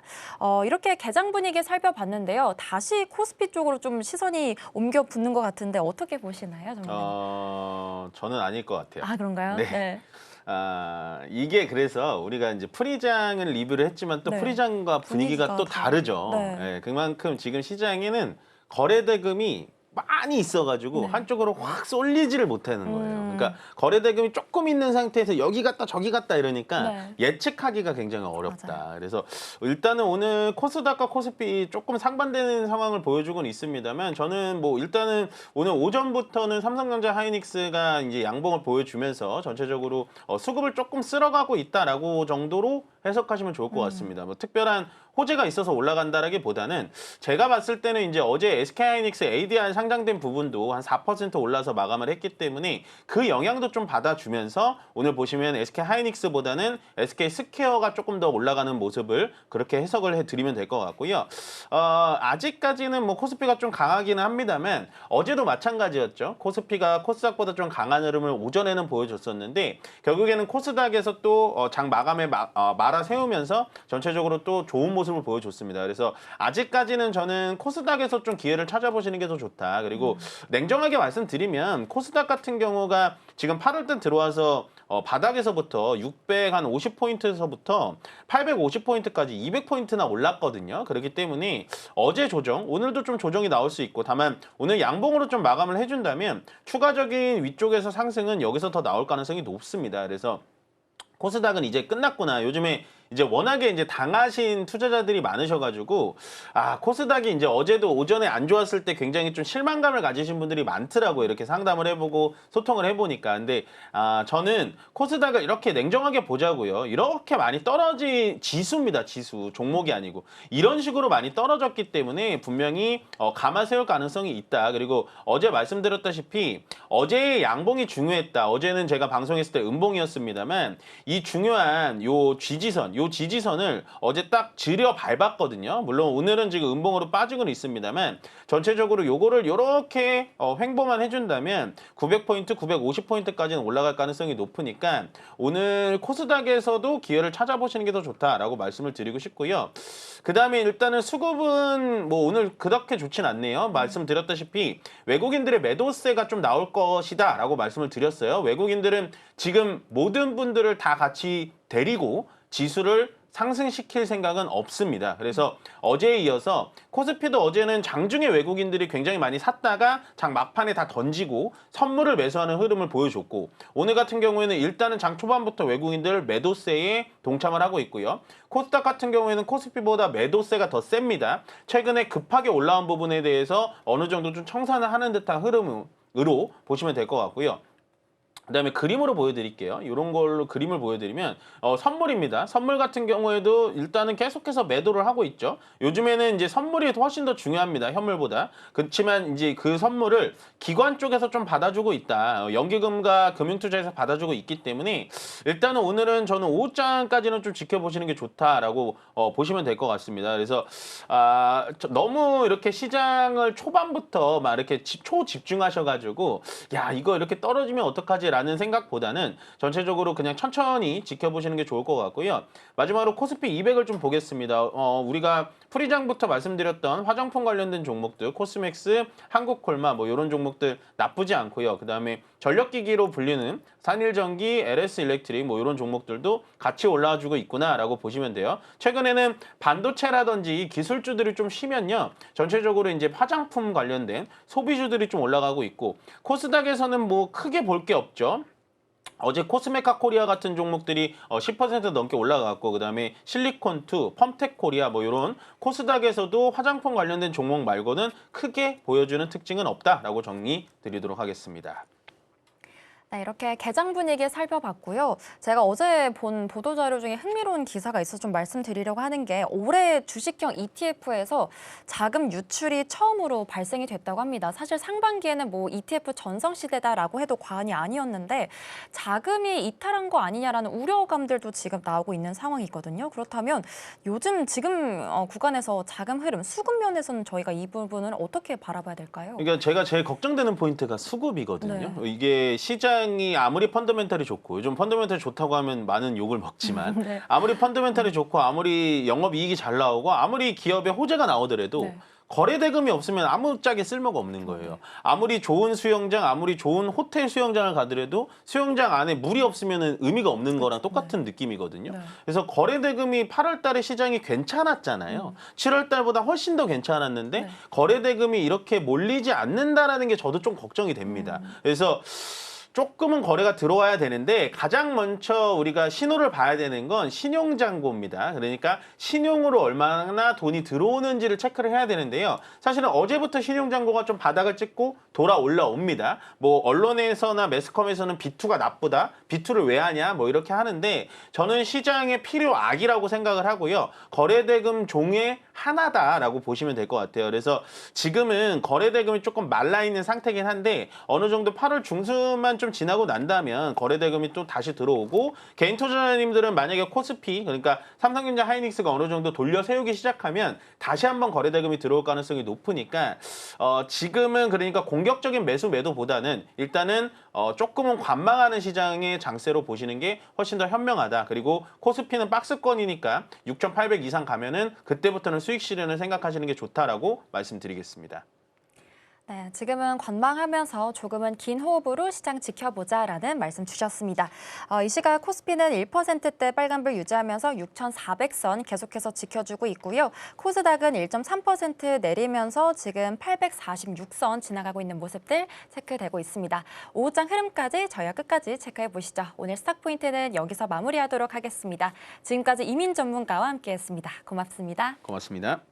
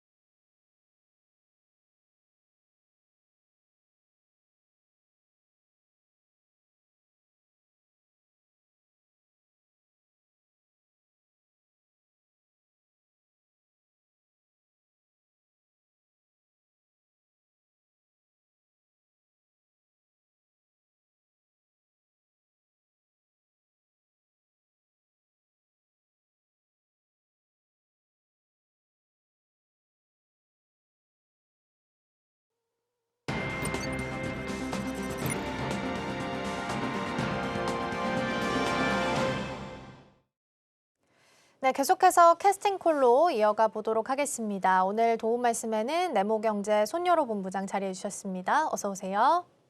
안녕하십니까. 네, 시장 분위기 먼저 보겠습니다. 코스피가 1% 정도 올라오고요. 반대로 코스닥이 1% 하락을 합니다. 네, 거래대금을 보면 들어오는 것도 나가는 것도 보면 금액이 그렇게 크지는 않습니다. 그래도 코스피 쪽에서 외국인 들어오고요. 코스닥은 반대로 좀 덜어내는 흐름들 현재 확인되고 있습니다. 자, 먼저 개장 분위기 여쭤보겠습니다. 본부장님, 오늘 시장은 약간 좀 엇갈리면서 움직이네요. 네, 사실 투자 전략을 일 단위로 잡으신 분은 조금 혼란스러울 수 있는데 주 단위로 잡으신 분은 괜찮다고 판단합니다. 시장에 악재가 딱히 없어요. 근데 뭐 악재를 꼽으라고 한다면 뭐 SKX 주주환원 이야기 그 정도. 그다음에 이 미국과 이란 간의 지역적 리스크에 대해서는 어제 뉴욕 증시 개장 당시에는 이야기가 될 거다. 어떤 합의 다달 것이다 이런 이야기 나오다가 합의가 쉽지 않을 것이다 이런 이야기 하면서 좀 뉴욕 증시가 좀 혼조 마감했고요. 그다음에 이런 뭐 탄약이나 이런 부분들은 보완적인 부분이기 때문에 정확히 모릅니다. 근데 뉴스가 엄청 많이 나오죠. 지금 뭐 미국 같은 경우는 화약이 바닥났을 것이다. 근데 뭐 트럼프 대통령 입장에서는 뭐 이란을 제압할 수 있을 정도로 우리는 뭐 탄약이 충분하다. 그다음에 뭐 그 덕분에 우리나라 기업들은 반사 이익을 얻고 있으니까 좋습니다. 근데 그런 부분에서 저는 어떤 시장에 대해서 노골적으로 뉴스가 나오면 조금 부담된다고 말씀드리거든요. 왜냐하면 오늘 같은 경우 코스닥이 약세를 보이고 있지만 저번 주 후반부랑 이번 주 월요일까지도 코스닥이 강세 보이다가 그다음에 어제 오늘 같은 경우 코스피 강세를 보이고 있죠. 그다음에 어제 같은 경우는 코스피 같은 경우 외국인과 기관 순 매수, 그다음에 코스닥 같은 경우 외국인과 기관 순 매도가 나왔는데 잘 보면 저번 주 금요일과 월요일 같은 경우 코스닥에 외국인과 기관의 순 매수가 들어왔는데 외국인보다는 기관 순매수가 많았습니다. 그러면 어제 같은 경우도 코스닥에 외국인과 기관의 단기 차익이 나올 거면은 기관의 순매도가 많이 나와야 되는데 외국인 순매도가 많이 나왔거든요. 근데 또 재밌는 거는 원달 환율이 1,400원대 초반대에서 1,500원대 초반 갈 때 외국인 투자가들 총 매도가 거의 150조가 나왔습니다. 근데 지금 1,500원대 초반대에서 1,406원 갔다가 오늘 같은 경우는 1,414원인데 외국인 투자가들의 국내 순 매수는 약 8조에서 9조 정도 돼요. 그러면 원달 환율이 제자리를 이제 좀 올라갔다가 제자리 왔는데 외국인 투자가들 수급 동향의 수급 차이는 약 130조 정도입니다. 그러면 이 외국인 투자가들의 원화는 국내 시장 밖으로 안 나갔어요. 지금 이 대한민국 안에 있습니다. 근데 그게 주식시장으로 안 들어온 거죠. 근데 그러면 외국인 투자가들은 뉴스가 나오는 걸 민감해합니다. 근데 그들은 매도는 공격적으로 해도 매수는 공격적으로 하지 않는다라고 말씀드렸어요. 그러면 외국인 투자가들은 사실은 개인과 기관, 이제 기관이라고 해도 금융투자라고 해도 뭐 증권사 자금보다는 개인 투자분들 ETF 자금이 많잖아요. 그러면 외국인 투자가들의 특징은 뉴스가 안 나오면 살 겁니다. 근데 제가 이제 오후 방송에서 말씀드렸던 게 외국인 투자가들은 이 시장에 부각된 뉴스가 안 나오면 살 건데 괜히 뉴스가 나오면서 개인 투자분들이 지금 시장이 바닥이야? 사야겠는데? 이런 이야기 나오면 외국인 투자가들은 매도한다는 거죠. 지금 그래서 제가 예상했던 거는 사실 미국과 이란 간의 지정적 리스크를 제가 예상할 수는 없으니까 또 정부에서 그 5조짜리 소부장 펀드 만든다 이런 이야기 나왔잖아요. 그다음에 뭐 국민 참여 성장 펀드 2차 한다. 근데 이게 맹점이 뭐냐면 그 국민 참여 성장 펀드가 손실률이 20%가 이미 넘어갔다라고 이야기 나옵니다. 그래서 저는 외국인 투자가들로 하여금 제가 외국인이면 뉴스가 안 나왔으면 좋겠어요. 왜냐하면 코스피랑 코스닥이 저점인 거 알겠고 그 코스피랑 코스닥을 이끌고 있는 종목들이 저평가를 갖고 있고 실적 잘 나오는 거 알아요. 그럼 내가 알아서 살 건데 내가 저점을 살 건데 이게 저점이라는 거 언론에서 많이 이야기를 하면은 개인들이 공격적으로 들어옵니다. 그럼 내가 나 원래 이제 저점을 생각하고 공격적으로 살라 그랬는데 언론 플레이 많이 나오네. 그럼 나 이번에 조금 비중 줄이고 나중에 다시 사지. 이런 마인드 할 수 있거든요. 그래서 저 같은 경우도 오늘 코스피랑 코스닥 같은 경우 다행히도 외국인과 기관의 저감에서 들어오지만 넥스트레이드에서는 외국인과 기관이 좀 덜어낸 모습. 맞아요. 그래서 외국인과 기관은 코스피랑 코스닥이 저점인 걸 알고 있고 살려고 마음을 먹고 있는데 내가 저점을 아무도 모르게 천천히 가져가려고 하는데 시장에서 지금 코스피 코스닥 저점이다. 지금 당장 사야 된다. 이런 민감한 이야기 나오면 좀 빠져나갈 수 있으니까 지금도 우리 서울경TV 시청하시는 개인투자분들도 내가 코스피랑 코스닥을 1단위로 나 오늘 사가지고 끝장 보겠다. 이런 마인드보다는 주 단위로 보시면서 천천히 저가 매수하자. 그런 말씀을 드리도록 하겠습니다. 전략을 세울 때 짧게 보는 게 아니라 주 단위로 조금 더 넓게 시야를 좀 확장을 시킨 다음에 전략을 세워야 된다라는 말씀을 좀 주신 것 같습니다. 자, 그러면 오늘 시장에서 움직이는 테마 쪽에서 전략 하나씩 좀 챙겨볼 텐데 지금 전선 쪽 강하고요. 뭐 전력 설비나 이런 쪽의 움직임이 현재 나타나고 있어서 전반적인 전력원에 대한 고민을 먼저 좀 해보겠습니다. 어제 뉴욕 증시에서 전력 쪽이 강세를 보였죠. 데이터 센터를 짓는데 최우선으로 1번으로 생각해야 되는 게 지금 전력 확보다라는 게 공개가 된 겁니다. 그러면 마찬가지로 우리 기업들도 수혜를 받을 수 있다라는 아이디어를 끌고 와도 괜찮은 거예요? 일단 저는 갖고 와도 괜찮다라고 판단되고 있고요. 제가 오늘 또 캐스팅 콜에서 쓸 섹터 3가지를 갖고 왔지만 전력 설비랑 원전을 제가 포함을 안 시켰는데 사실은 저번 주에 말씀드렸거든요. 맞아요. 저번 주에 반도체 전력 설비 원전을 말씀드렸습니다. 그래서 반도체 전력 설비 원전 ESS SOFC 요 섹터들은 다 같이 움직입니다. 그래서 지금도 반도체가 먼저 움직이면서 전력 설비인데 사실은 이 전력 설비랑 반도체의 차이는 대체할 수 있는 기업이 많냐 적냐이고요. 반도체 같은 경우는 워낙 관심이 많다 보니까 여전히 삼성전자, SK스에 대한 영향력도 상당하지만 창신 메모라든가 양쯔 메모라든가 뭐 키옥시아, 웨스턴 디지털 요런 대체 기업들이 조금 생기는 모습입니다. 근데 전력 설비 같은 경우는 사실은 미국의 제네럴 일렉트릭 말고는 우리나라가 좀 독보적인 상황이고요. 저는 굉장히 좀 뭔가 자랑하는 타입이 아닌데 뿌듯한 말씀드리면 우리 시청자분들 중에서 제가 산일전기와 일진전기 좋아한다는 사실을 아실 건데 산일전기 같은 경우는 이제 월요일 날 굉장히 강한 모습 보여줬고 일진전기 같은 경우는 어제 강세 보여줬습니다. 근데 저는 관심 종목을 말씀드릴 수 있는 게 제가 관심 종목에 보면은 서울경제 TV에서 탑픽으로 소개됐던 종목들이 이렇게 순서적으로 있거든요. 그래서 저번 주 같은 경우 이제 하나 에어스페이스가 탑픽이었고, 그다음에 그전 주 같은 경우는 일진전기, 그다음에 뭐 그전 주 같은 경우 반도체, 이런 식으로 순차적으로 말씀드리면서 저는 산일전기랑 일진전기를 서울경제 TV 수요일 날 아침에 캐스팅콜에서 말씀드렸는데, 이 종목들이 강세를 보이면 앵커님이 알아서 수익률 리뷰를 시켜주시겠지만 굉장히 좀 뿌듯하다라고 보고 있고요. 제가 전력설비에서 말씀드렸던 마찬가지죠. 조선방산과 마찬가지로 전력설비 같은 경우도 거의 2년치가 넘은 수주잔고를 갖고 있고, 전력설비 기업들이 증설을 진행을 하고 있는데, 이 기업들이 영업이익률이 개선되고 있습니다. 근데 반도체랑 차이는 피크아웃이라는 단어가 없다라는 것이죠. 반도체 같은 경우는 전년 동기 대비해서 이 원부자재 가격이 뭐 100%, 120% 상승한 모습인데, 전력설비 같은 경우는 그 수준 아니지만 지금도 미국이나 유럽에서 이 AI 데이터 센터를 건립하기 위해서 물론 메모리도 중요하지만 전력설비의 수주, 그다음에 요즘 우리가 구리, 니켈 가격 보면은 사실은 구리, 니켈이 사실 4.5달러 넘어갈 때는 야, 사상 최고가다 이런 말씀 드렸지만 지금 구리 가격이 6.3달러 넘어갔습니다. 그러면 4.5달러에서 6.3달러로 거의 원부자재 가격도 20에서 30% 올라가면은 전력설비 기업들은 같은 물량을 팔더라도 그냥 실적이 20에서 30% 올라올 수밖에 없어요. 그다음에 전력설비 기업들도 고점 대비해서 많이 거의 한 60%? 70% 밀렸더라고요. 그래서 이 전력설비 기업도 12개월 선행포가 다시 20대 아래로 내렸기 때문에 제가 물론 산일전기랑 일진전기를 지금 당장도 매매가 가능하지만 뭐 대한전선이라든가 대원전선이라든가 실적이 이제 막 나오면서 시가총액이 상대적으로 작은 종목들도 유심히 보셔도 좋을 것 같다 말씀을 드리도록 하겠습니다. 네. 오늘 살펴보면 사실은 전선 쪽이 조금 더 강세를 보이고 있습니다. 이게 지금 구리값이 최근에 올랐다라고 해서 지금 연동이 되는 건지, 사실 뭐 시총 작으니까 상대적으로 탄력적으로 움직이는 건 당연하긴 합니다만, 구리값 연동 짓는다면 전선 쪽에서 좀 더 메리트 찾아볼 수 있을까요? 네, 확실히 변동성은 전선 쪽이 괜찮은 그쵸. 것 같습니다. 제가 지금 H현대 일렉이랑 효성중공업이랑 이런 종목도 보고 왔는데, 제가 늘 전력설비 말씀드릴 때 네. 사실은 나는 단기적 변동성을 선호하지 않습니다라고 하신 분들께는 H현대 일렉트릭이나 효성중공업이나 LS 일렉트릭 괜찮다라고 말씀드렸고요. 다 말씀드렸습니다.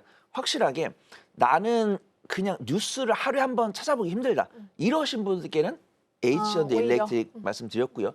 그다음에 미국과 관련 있는 수주가 나왔을 때는 효성중공업이 강세해 보입니다. 그다음에 우리가 고압전선이라고 하죠. 왜냐하면은 이제 데이터 센터 같은 경우도 전력의 발전원과 사용원의 위치가 다를수록 이 고압전선이 중요합니다. 왜냐하면은 전력 손실은 꾸준하게 우리가 V는 IR이라고 하죠.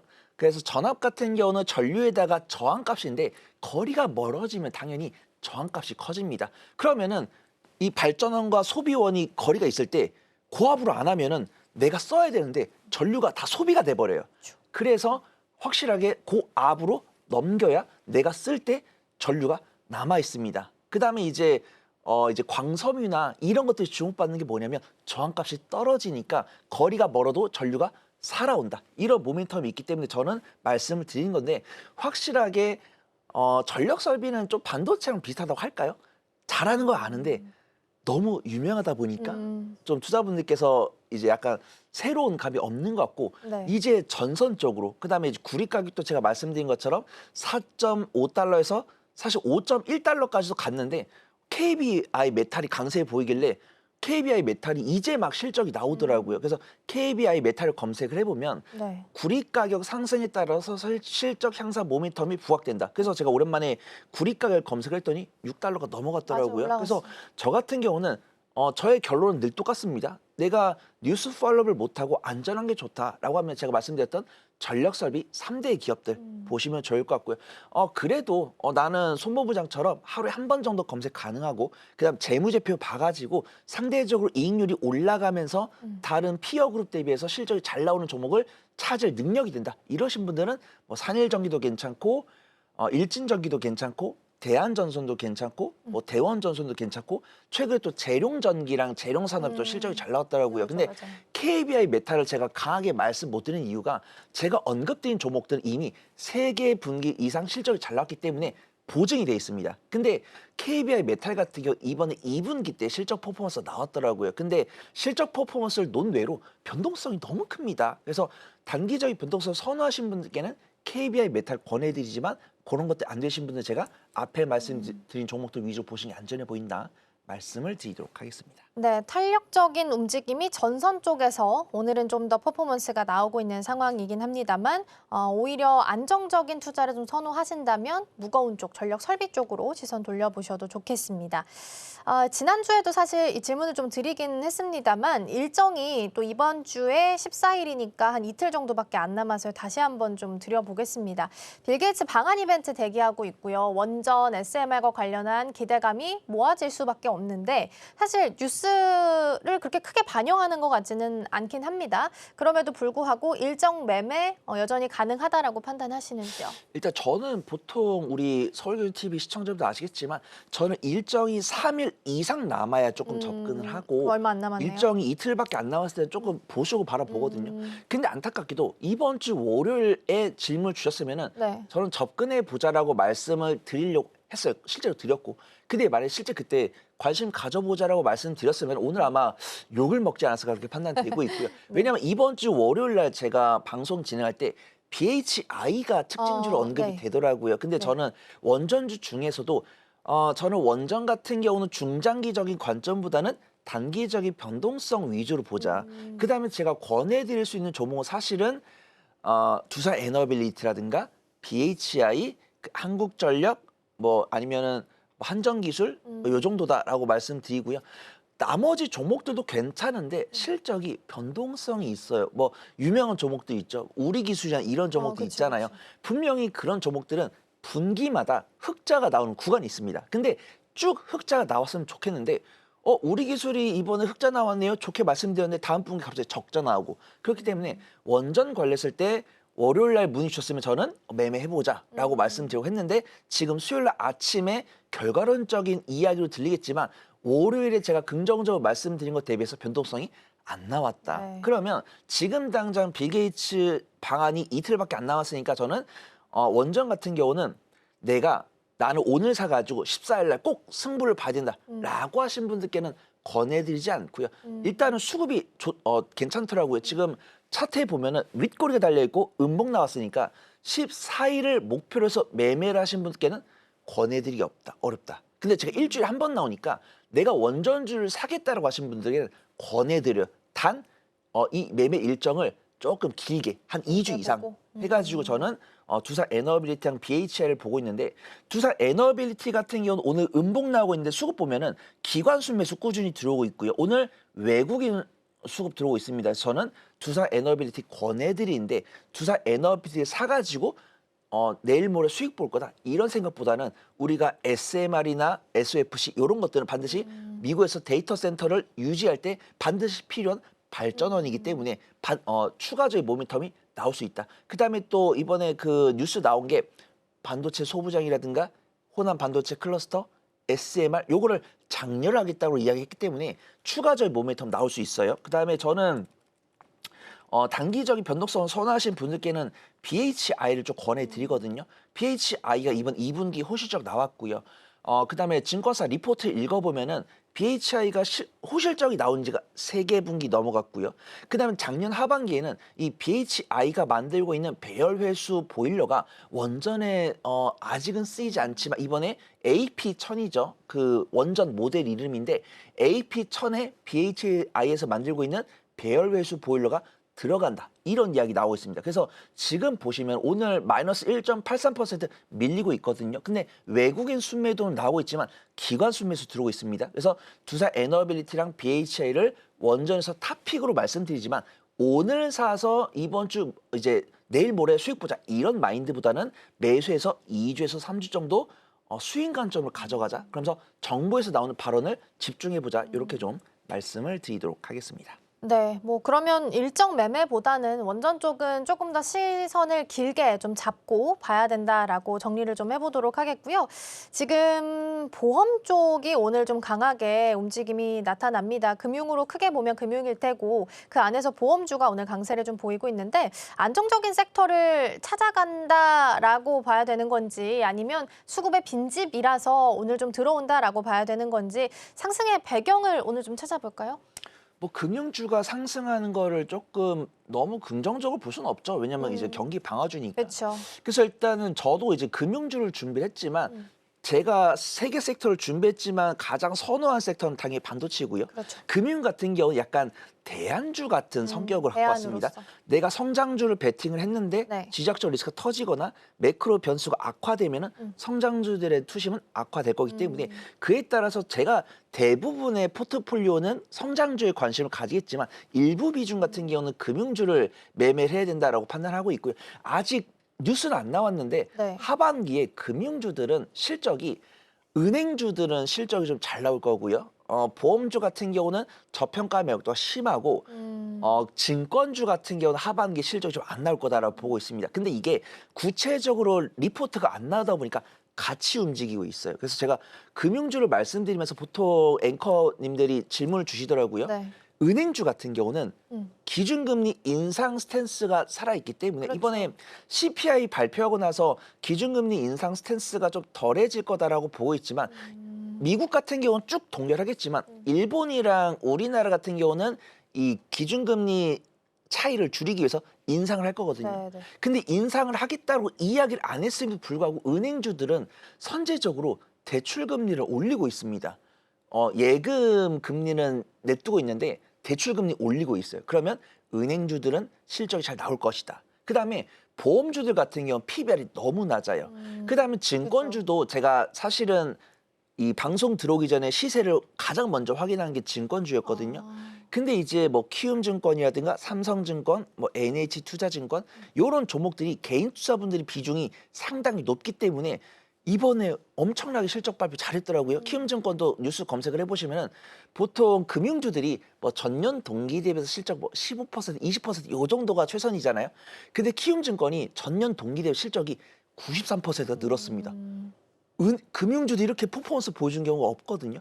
근데 올해 상반기에는 금융주 실적 발표 정말 잘했는데 하반기에는 조금 안 나올 겁니다. 근데 금융주들이 밀리고 있지 않다라는 거는 아직 이 생각을 안 하고 있다라는 거예요. 지금 보시면은 단일 종목 레버리지 ETF가 예수금이 이제 증거금이 증가하고 그다음에 과세한다는 확정은 안 나왔지만 그 거래세 0.2% 검토하고 있다 이런 이야기 나오면서 거래 대금 사실 9분의 1 토막 난 게 팩트거든요. 그러면 올해 상반기 대비해서 올해 하반기 같은 경우는 실적이 안 나올 가능성이 높다. 근데 이런 상황 속에서 증권주도 올라간다는 거는 손본부장이 생각하고 있는 불확실성은 시장에서 생각을 안 하고 있다. 그다음에 리포트도 안 나오고 있어요.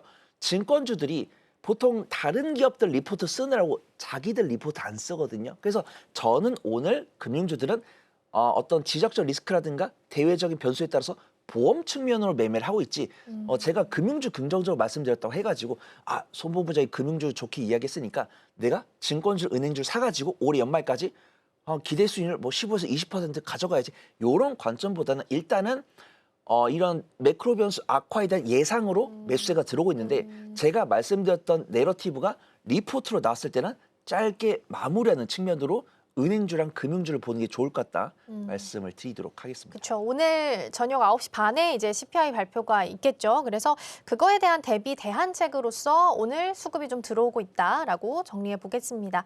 반도체로 넘어가 볼 텐데요.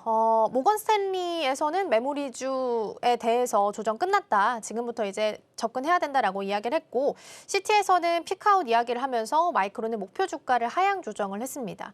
우리가 같은 내용을 보고서도 극과 극의 반응들과 코멘트가 나오고 있어서 투자자 입장에서는 어느 쪽에 조금 더 비중을 두고 우리가 전략을 세워야 할지도 고민을 좀 하실 것 같아요. 지금 본부장님께서는 어느 쪽에 무게추를 좀 두고 계세요? 사실 제가 반도체를 매주 말씀을 드리고 있지만 저도 조금 변해가는 걸 느낍니다. 그러니까 올해 4월부터 5월까지는 반도체를 엄청 공격적으로 단기적인 관점을 말씀을 드리고 있는데 약간 스윙 관점을 말씀드린 지가 한 3주가 넘은 것 같아요. 그다음에 이제 삼성전자, SKS 같은 경우도 전체 내 포트폴리오에서 네. 20% 이상 담아도 된다라고 말씀드렸지만 제가 SKS 같은 경우 7.5%, 삼성전자 같은 경우 2.5%로 비중을 낮춘 지가 한 3주가 넘은 것 같습니다. 그다음에 이 글로벌 IB에서 나온 리포트도 정말 따끈따끈한 건 아니고 한 3일 정도 됐잖아요. 근데 이 증권사들이 리포트를 발행하던 그 시점에서는 외국인과 기관의 차익이 나오면서 제가 우리 시청자분들과 함께 이 글로벌 IB들을 굉장히 비난을 했습니다. 뭐 조정 끝났다, 너무 저평가다 이런 리포트를 썼을 때는 정작 매도하고 있었죠. 근데 다행히도 그 하루 뒤에는 매수에 임하는 상황이고요. 그다음에 어제 이어서 오늘 같은 경우도 외국인과 기관의 매수가 들어오는데 전기전자 쪽으로 매수를 많이 넣고 있기 때문에 안타깝게도 제가 올해 4월이나 5월처럼 지금 당장 강력하게 반도체를 사자라고 말씀은 못 드리고 있지만 내가 중장기적으로 2주나 한 달을 보유하는 목표로 했을 때는 삼성전자, SKS 같은 경우는 꾸준하게 매매를 해야 된다라고 보고 있고요. 저도 마음이 굉장히 싱숭생숭한 게 뭐냐면 저는 SKX를 너무 좋아하거든요. 근데 삼성전자로 옮겨 가야 되나? 이런 생각이 들었습니다. 왜냐면은 삼성전자 관련해서 긍정적인 뉴스 나오고 있죠. 뭐 인텔이나 글로벌 빅테크 기업들도 이 메모리에 대한 투자를 지속을 하고 있고요. 인텔 같은 경우도 어떻게 보면 파운드리에 대한 긍정적 실적 나와주면서 삼성전자한테 위협이 되고 있지만 삼성전자 자체도 먹거리를 찾아가고 있다고 판단됩니다. 오늘 아까 뉴스 보니까 HBM3 같은 경우 양품률이 80% 나왔고 그다음에 HBM4 같은 경우 양품률이 80% 나왔고 HBM4E 같은 경우도 양품률이 70% 나온다고 했을 때 전 그 뉴스 보면서 삼성전자 대단하다 이런 이야기 들었거든요. 왜냐면은 작년으로 거슬러 올라가면은 HBM3 같은 경우는 SKX랑 격차 거의 6개월 이상 났었고요. HBM4 같은 경우는 SKX랑 1개월 차이. 그다음 HBM4E 같은 경우 오히려 SKX보다 1주 먼저 컨퍼런스 이제 퀄리티 콜, 엔비디아의 퀄리티 콜 통과하면서 납품하게 됐기 때문에 와 삼성전자가 이제 SKX를 이긴다고 판단되고 있고요. 2분기 실적도 사실은 정말 증권사분들 전 분명 봤거든요. 2분기 때 SKX가 삼성전자보다 영업이익이 많이 나올 거다라고 이야기하는 것도 있었어요. 그때 SKX가 거의 80조대 초반 불렀을 때. 근데 지금 60조 나왔고 삼성전자 같은 경우 89조 나왔잖아요. 이런 부분 봤을 때 SKX의 손을 더 이상 못 들 것 같다. 아직 저는 결정은 안 났고요. 저는 조금 더 보고 아직은 오늘 같은 경우는 SKX 손을 들 건데 제가 만약에 이제 3분기 실적도 SKX가 삼성전자를 못 이기면 혹은 아니면 격차를 많이 줄였다. 이런 평가가 못 나면 저는 더 이상 좀 SKX에 대한 러브콜을 이야기 못 할 것 같다라고 판단되고 있고 오늘 같은 경우도 SKX보다 삼성전자가 확실히 강한 모습. 그다음에 저는 이게 돼? 이게 되라는 게 뭐냐면 그 분기 배당 나왔잖아요. 네. SKX가 374원. 근데 삼성전자가 380원 나왔죠. 그다음에 삼성전자가 주주환원을 100조 하겠다는 뉴스 나왔는데 저는 이게 돼?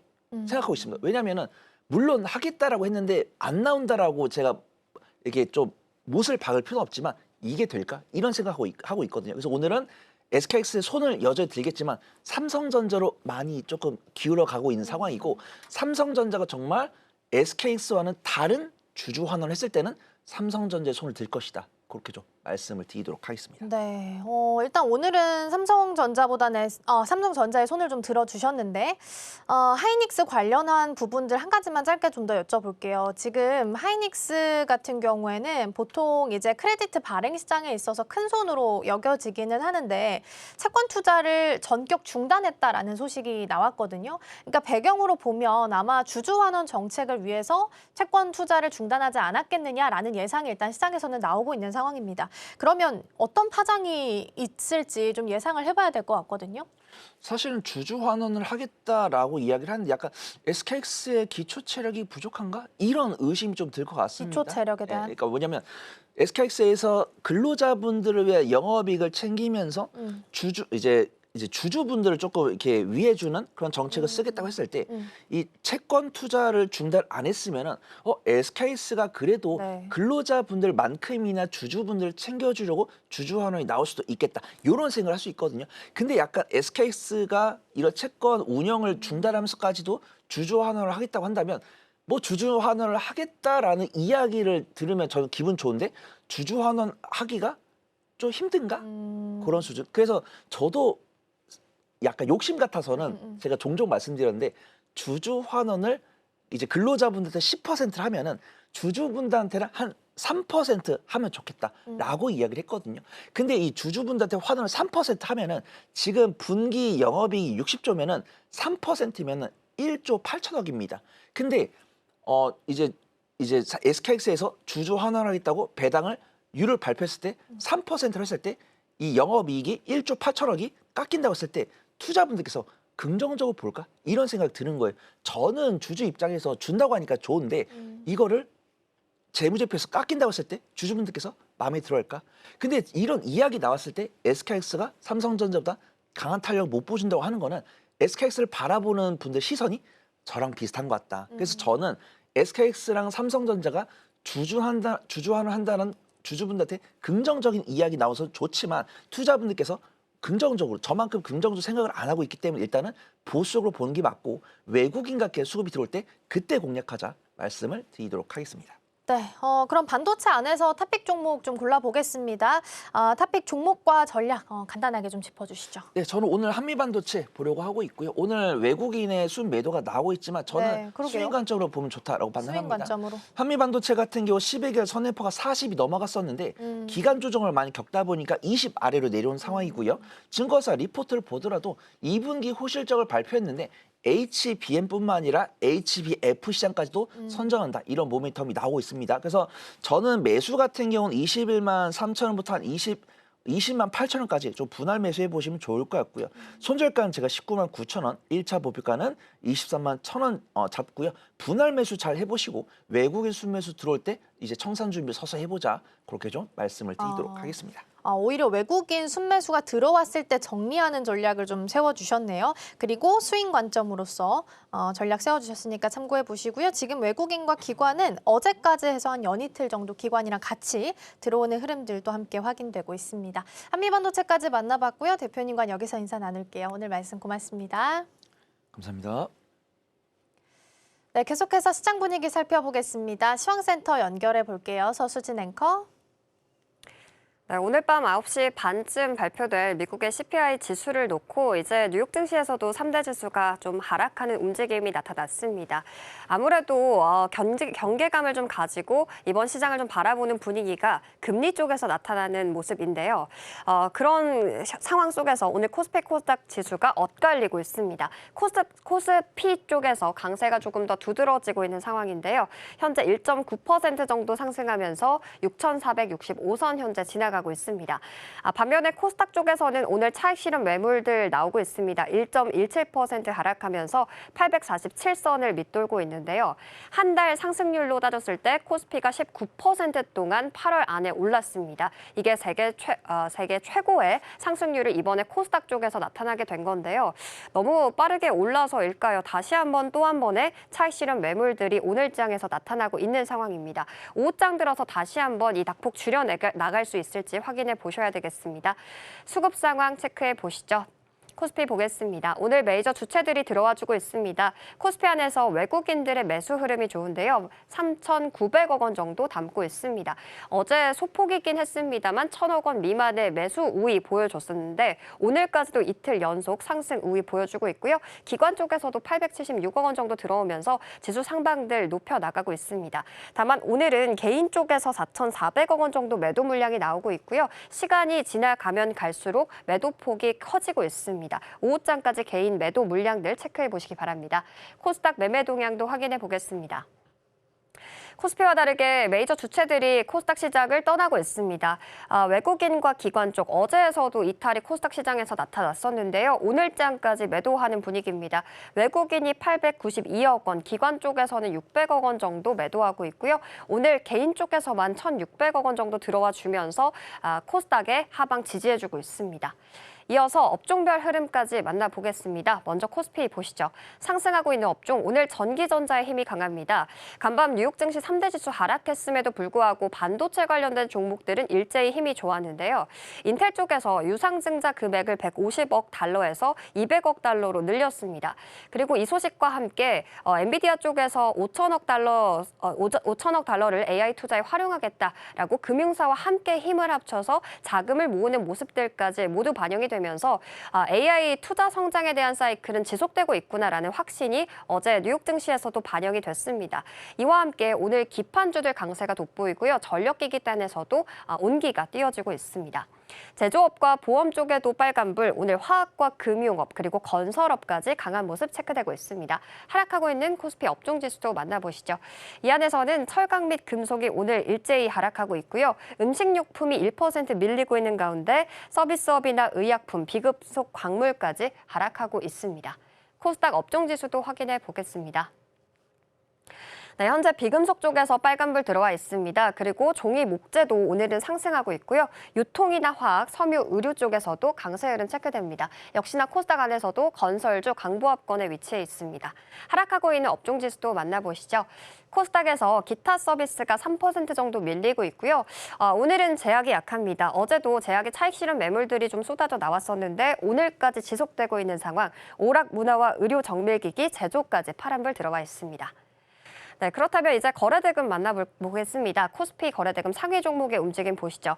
어제와 다르게 오늘은 빨간불이 잔뜩 들어와 있는 장 초반의 상황입니다. 특히 1위부터 4위권 안까지 반도체 관련주들의 흐름이 좋게 나타나고 있는데요. 우선 반도체 투톱 보겠습니다. 삼성전자가 3.8%, SK하이닉스보다는 조금 더 강한 빨간불 들어와 있습니다. 현재 24만 8천 원 지나가고 있고요.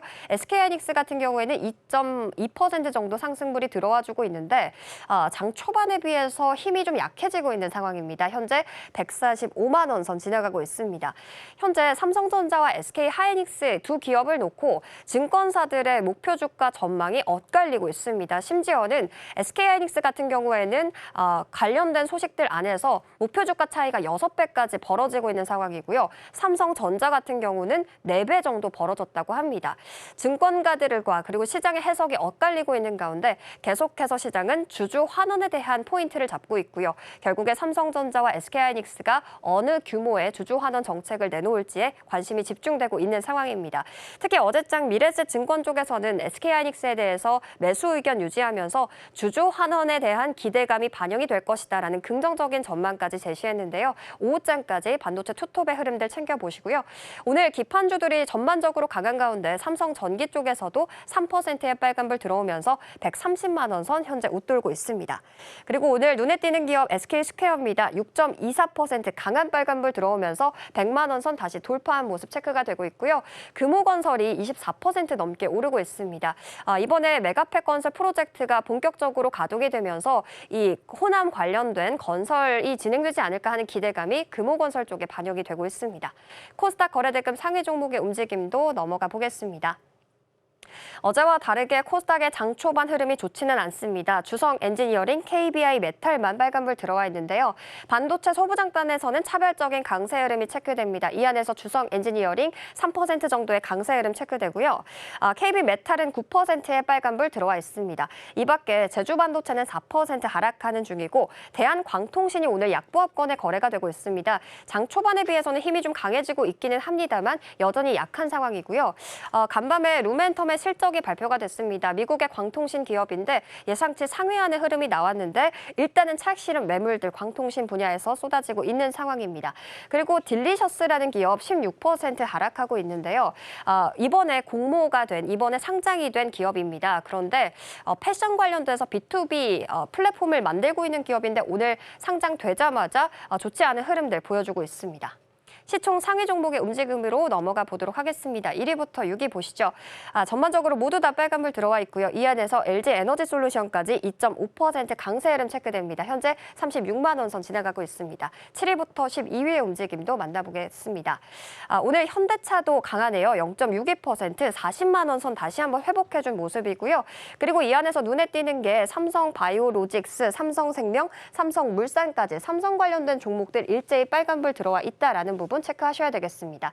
그리고 하나 에어로스페이스가 방금 전 11위권으로 올라왔는데요. 1.73% 강세 흐름 보이면서 110만 원 선 지나가고 있습니다. 현재 하나 에어로스페이스와 삼성물산의 시가총액의 차이가 크지 않아서요. 오후장까지 어떤 순위를 보일지 챙겨보시기 바랍니다. 코스닥 시총 상위 종목의 움직임으로 넘어가 보겠습니다. 역시나 혼조세 나타나고 있습니다. 알테오젠은 어제와 더불어서 오늘까지도 이틀 연속 하락하고 있는 상황, 4% 넘게 밀리고 있고요. 오늘 2차 전지주들이 대부분 강세인 가운데 에코프로 그룹주들도 힘을 내주고 있습니다. 다만 HLB는 역시나 1% 정도 바이오주의 흐름이 좋지는 않은 상황입니다. 7위부터 12위의 움직임까지 확인해 보시죠. 이 안에서는 원익 IPS, 이오테크닉스 같은 반도체 소부장단에서 차별적인 강세 흐름 체크되고 있는데요. 각각 2% 정도씩 오르고 있고요. 바이오 관련된 종목들 일제히 하락하고 있습니다. ABL바이오가 3% 하락세, 삼천당제약과 파마 리서치까지 전반적으로 파란불 들어와 있습니다. 네, 이렇게 전반적인 시장 분위기 체크해봤습니다. 오후장까지 변동성에 유의하시기 바랍니다. 지금까지 시황센터였습니다. 네, 코스피로의 수급 이동이 좀 확인이 되고 있습니다. 특히 총 1위부터 10위까지 코스피 시장에서 플러스권 잘 유지하다 보니까 이쪽이 조금 더 강세 보이고요. 코스닥은 여전히 약한 흐름 나타나고 있습니다. 오늘 밤 9시 반에는 CPI 지표가 발표가 됩니다. 이 부분 꼭 같이 체크해 보시죠. 저희가 방송 중에 제공해드린 정보는 투자 판단을 위한 조언일 뿐 해당 종목의 가치와 수익률은 보장하지 않습니다. 저희는 내일 더 다양한 소식 준비해서 돌아오겠습니다. 시청해주신 여러분 고맙습니다.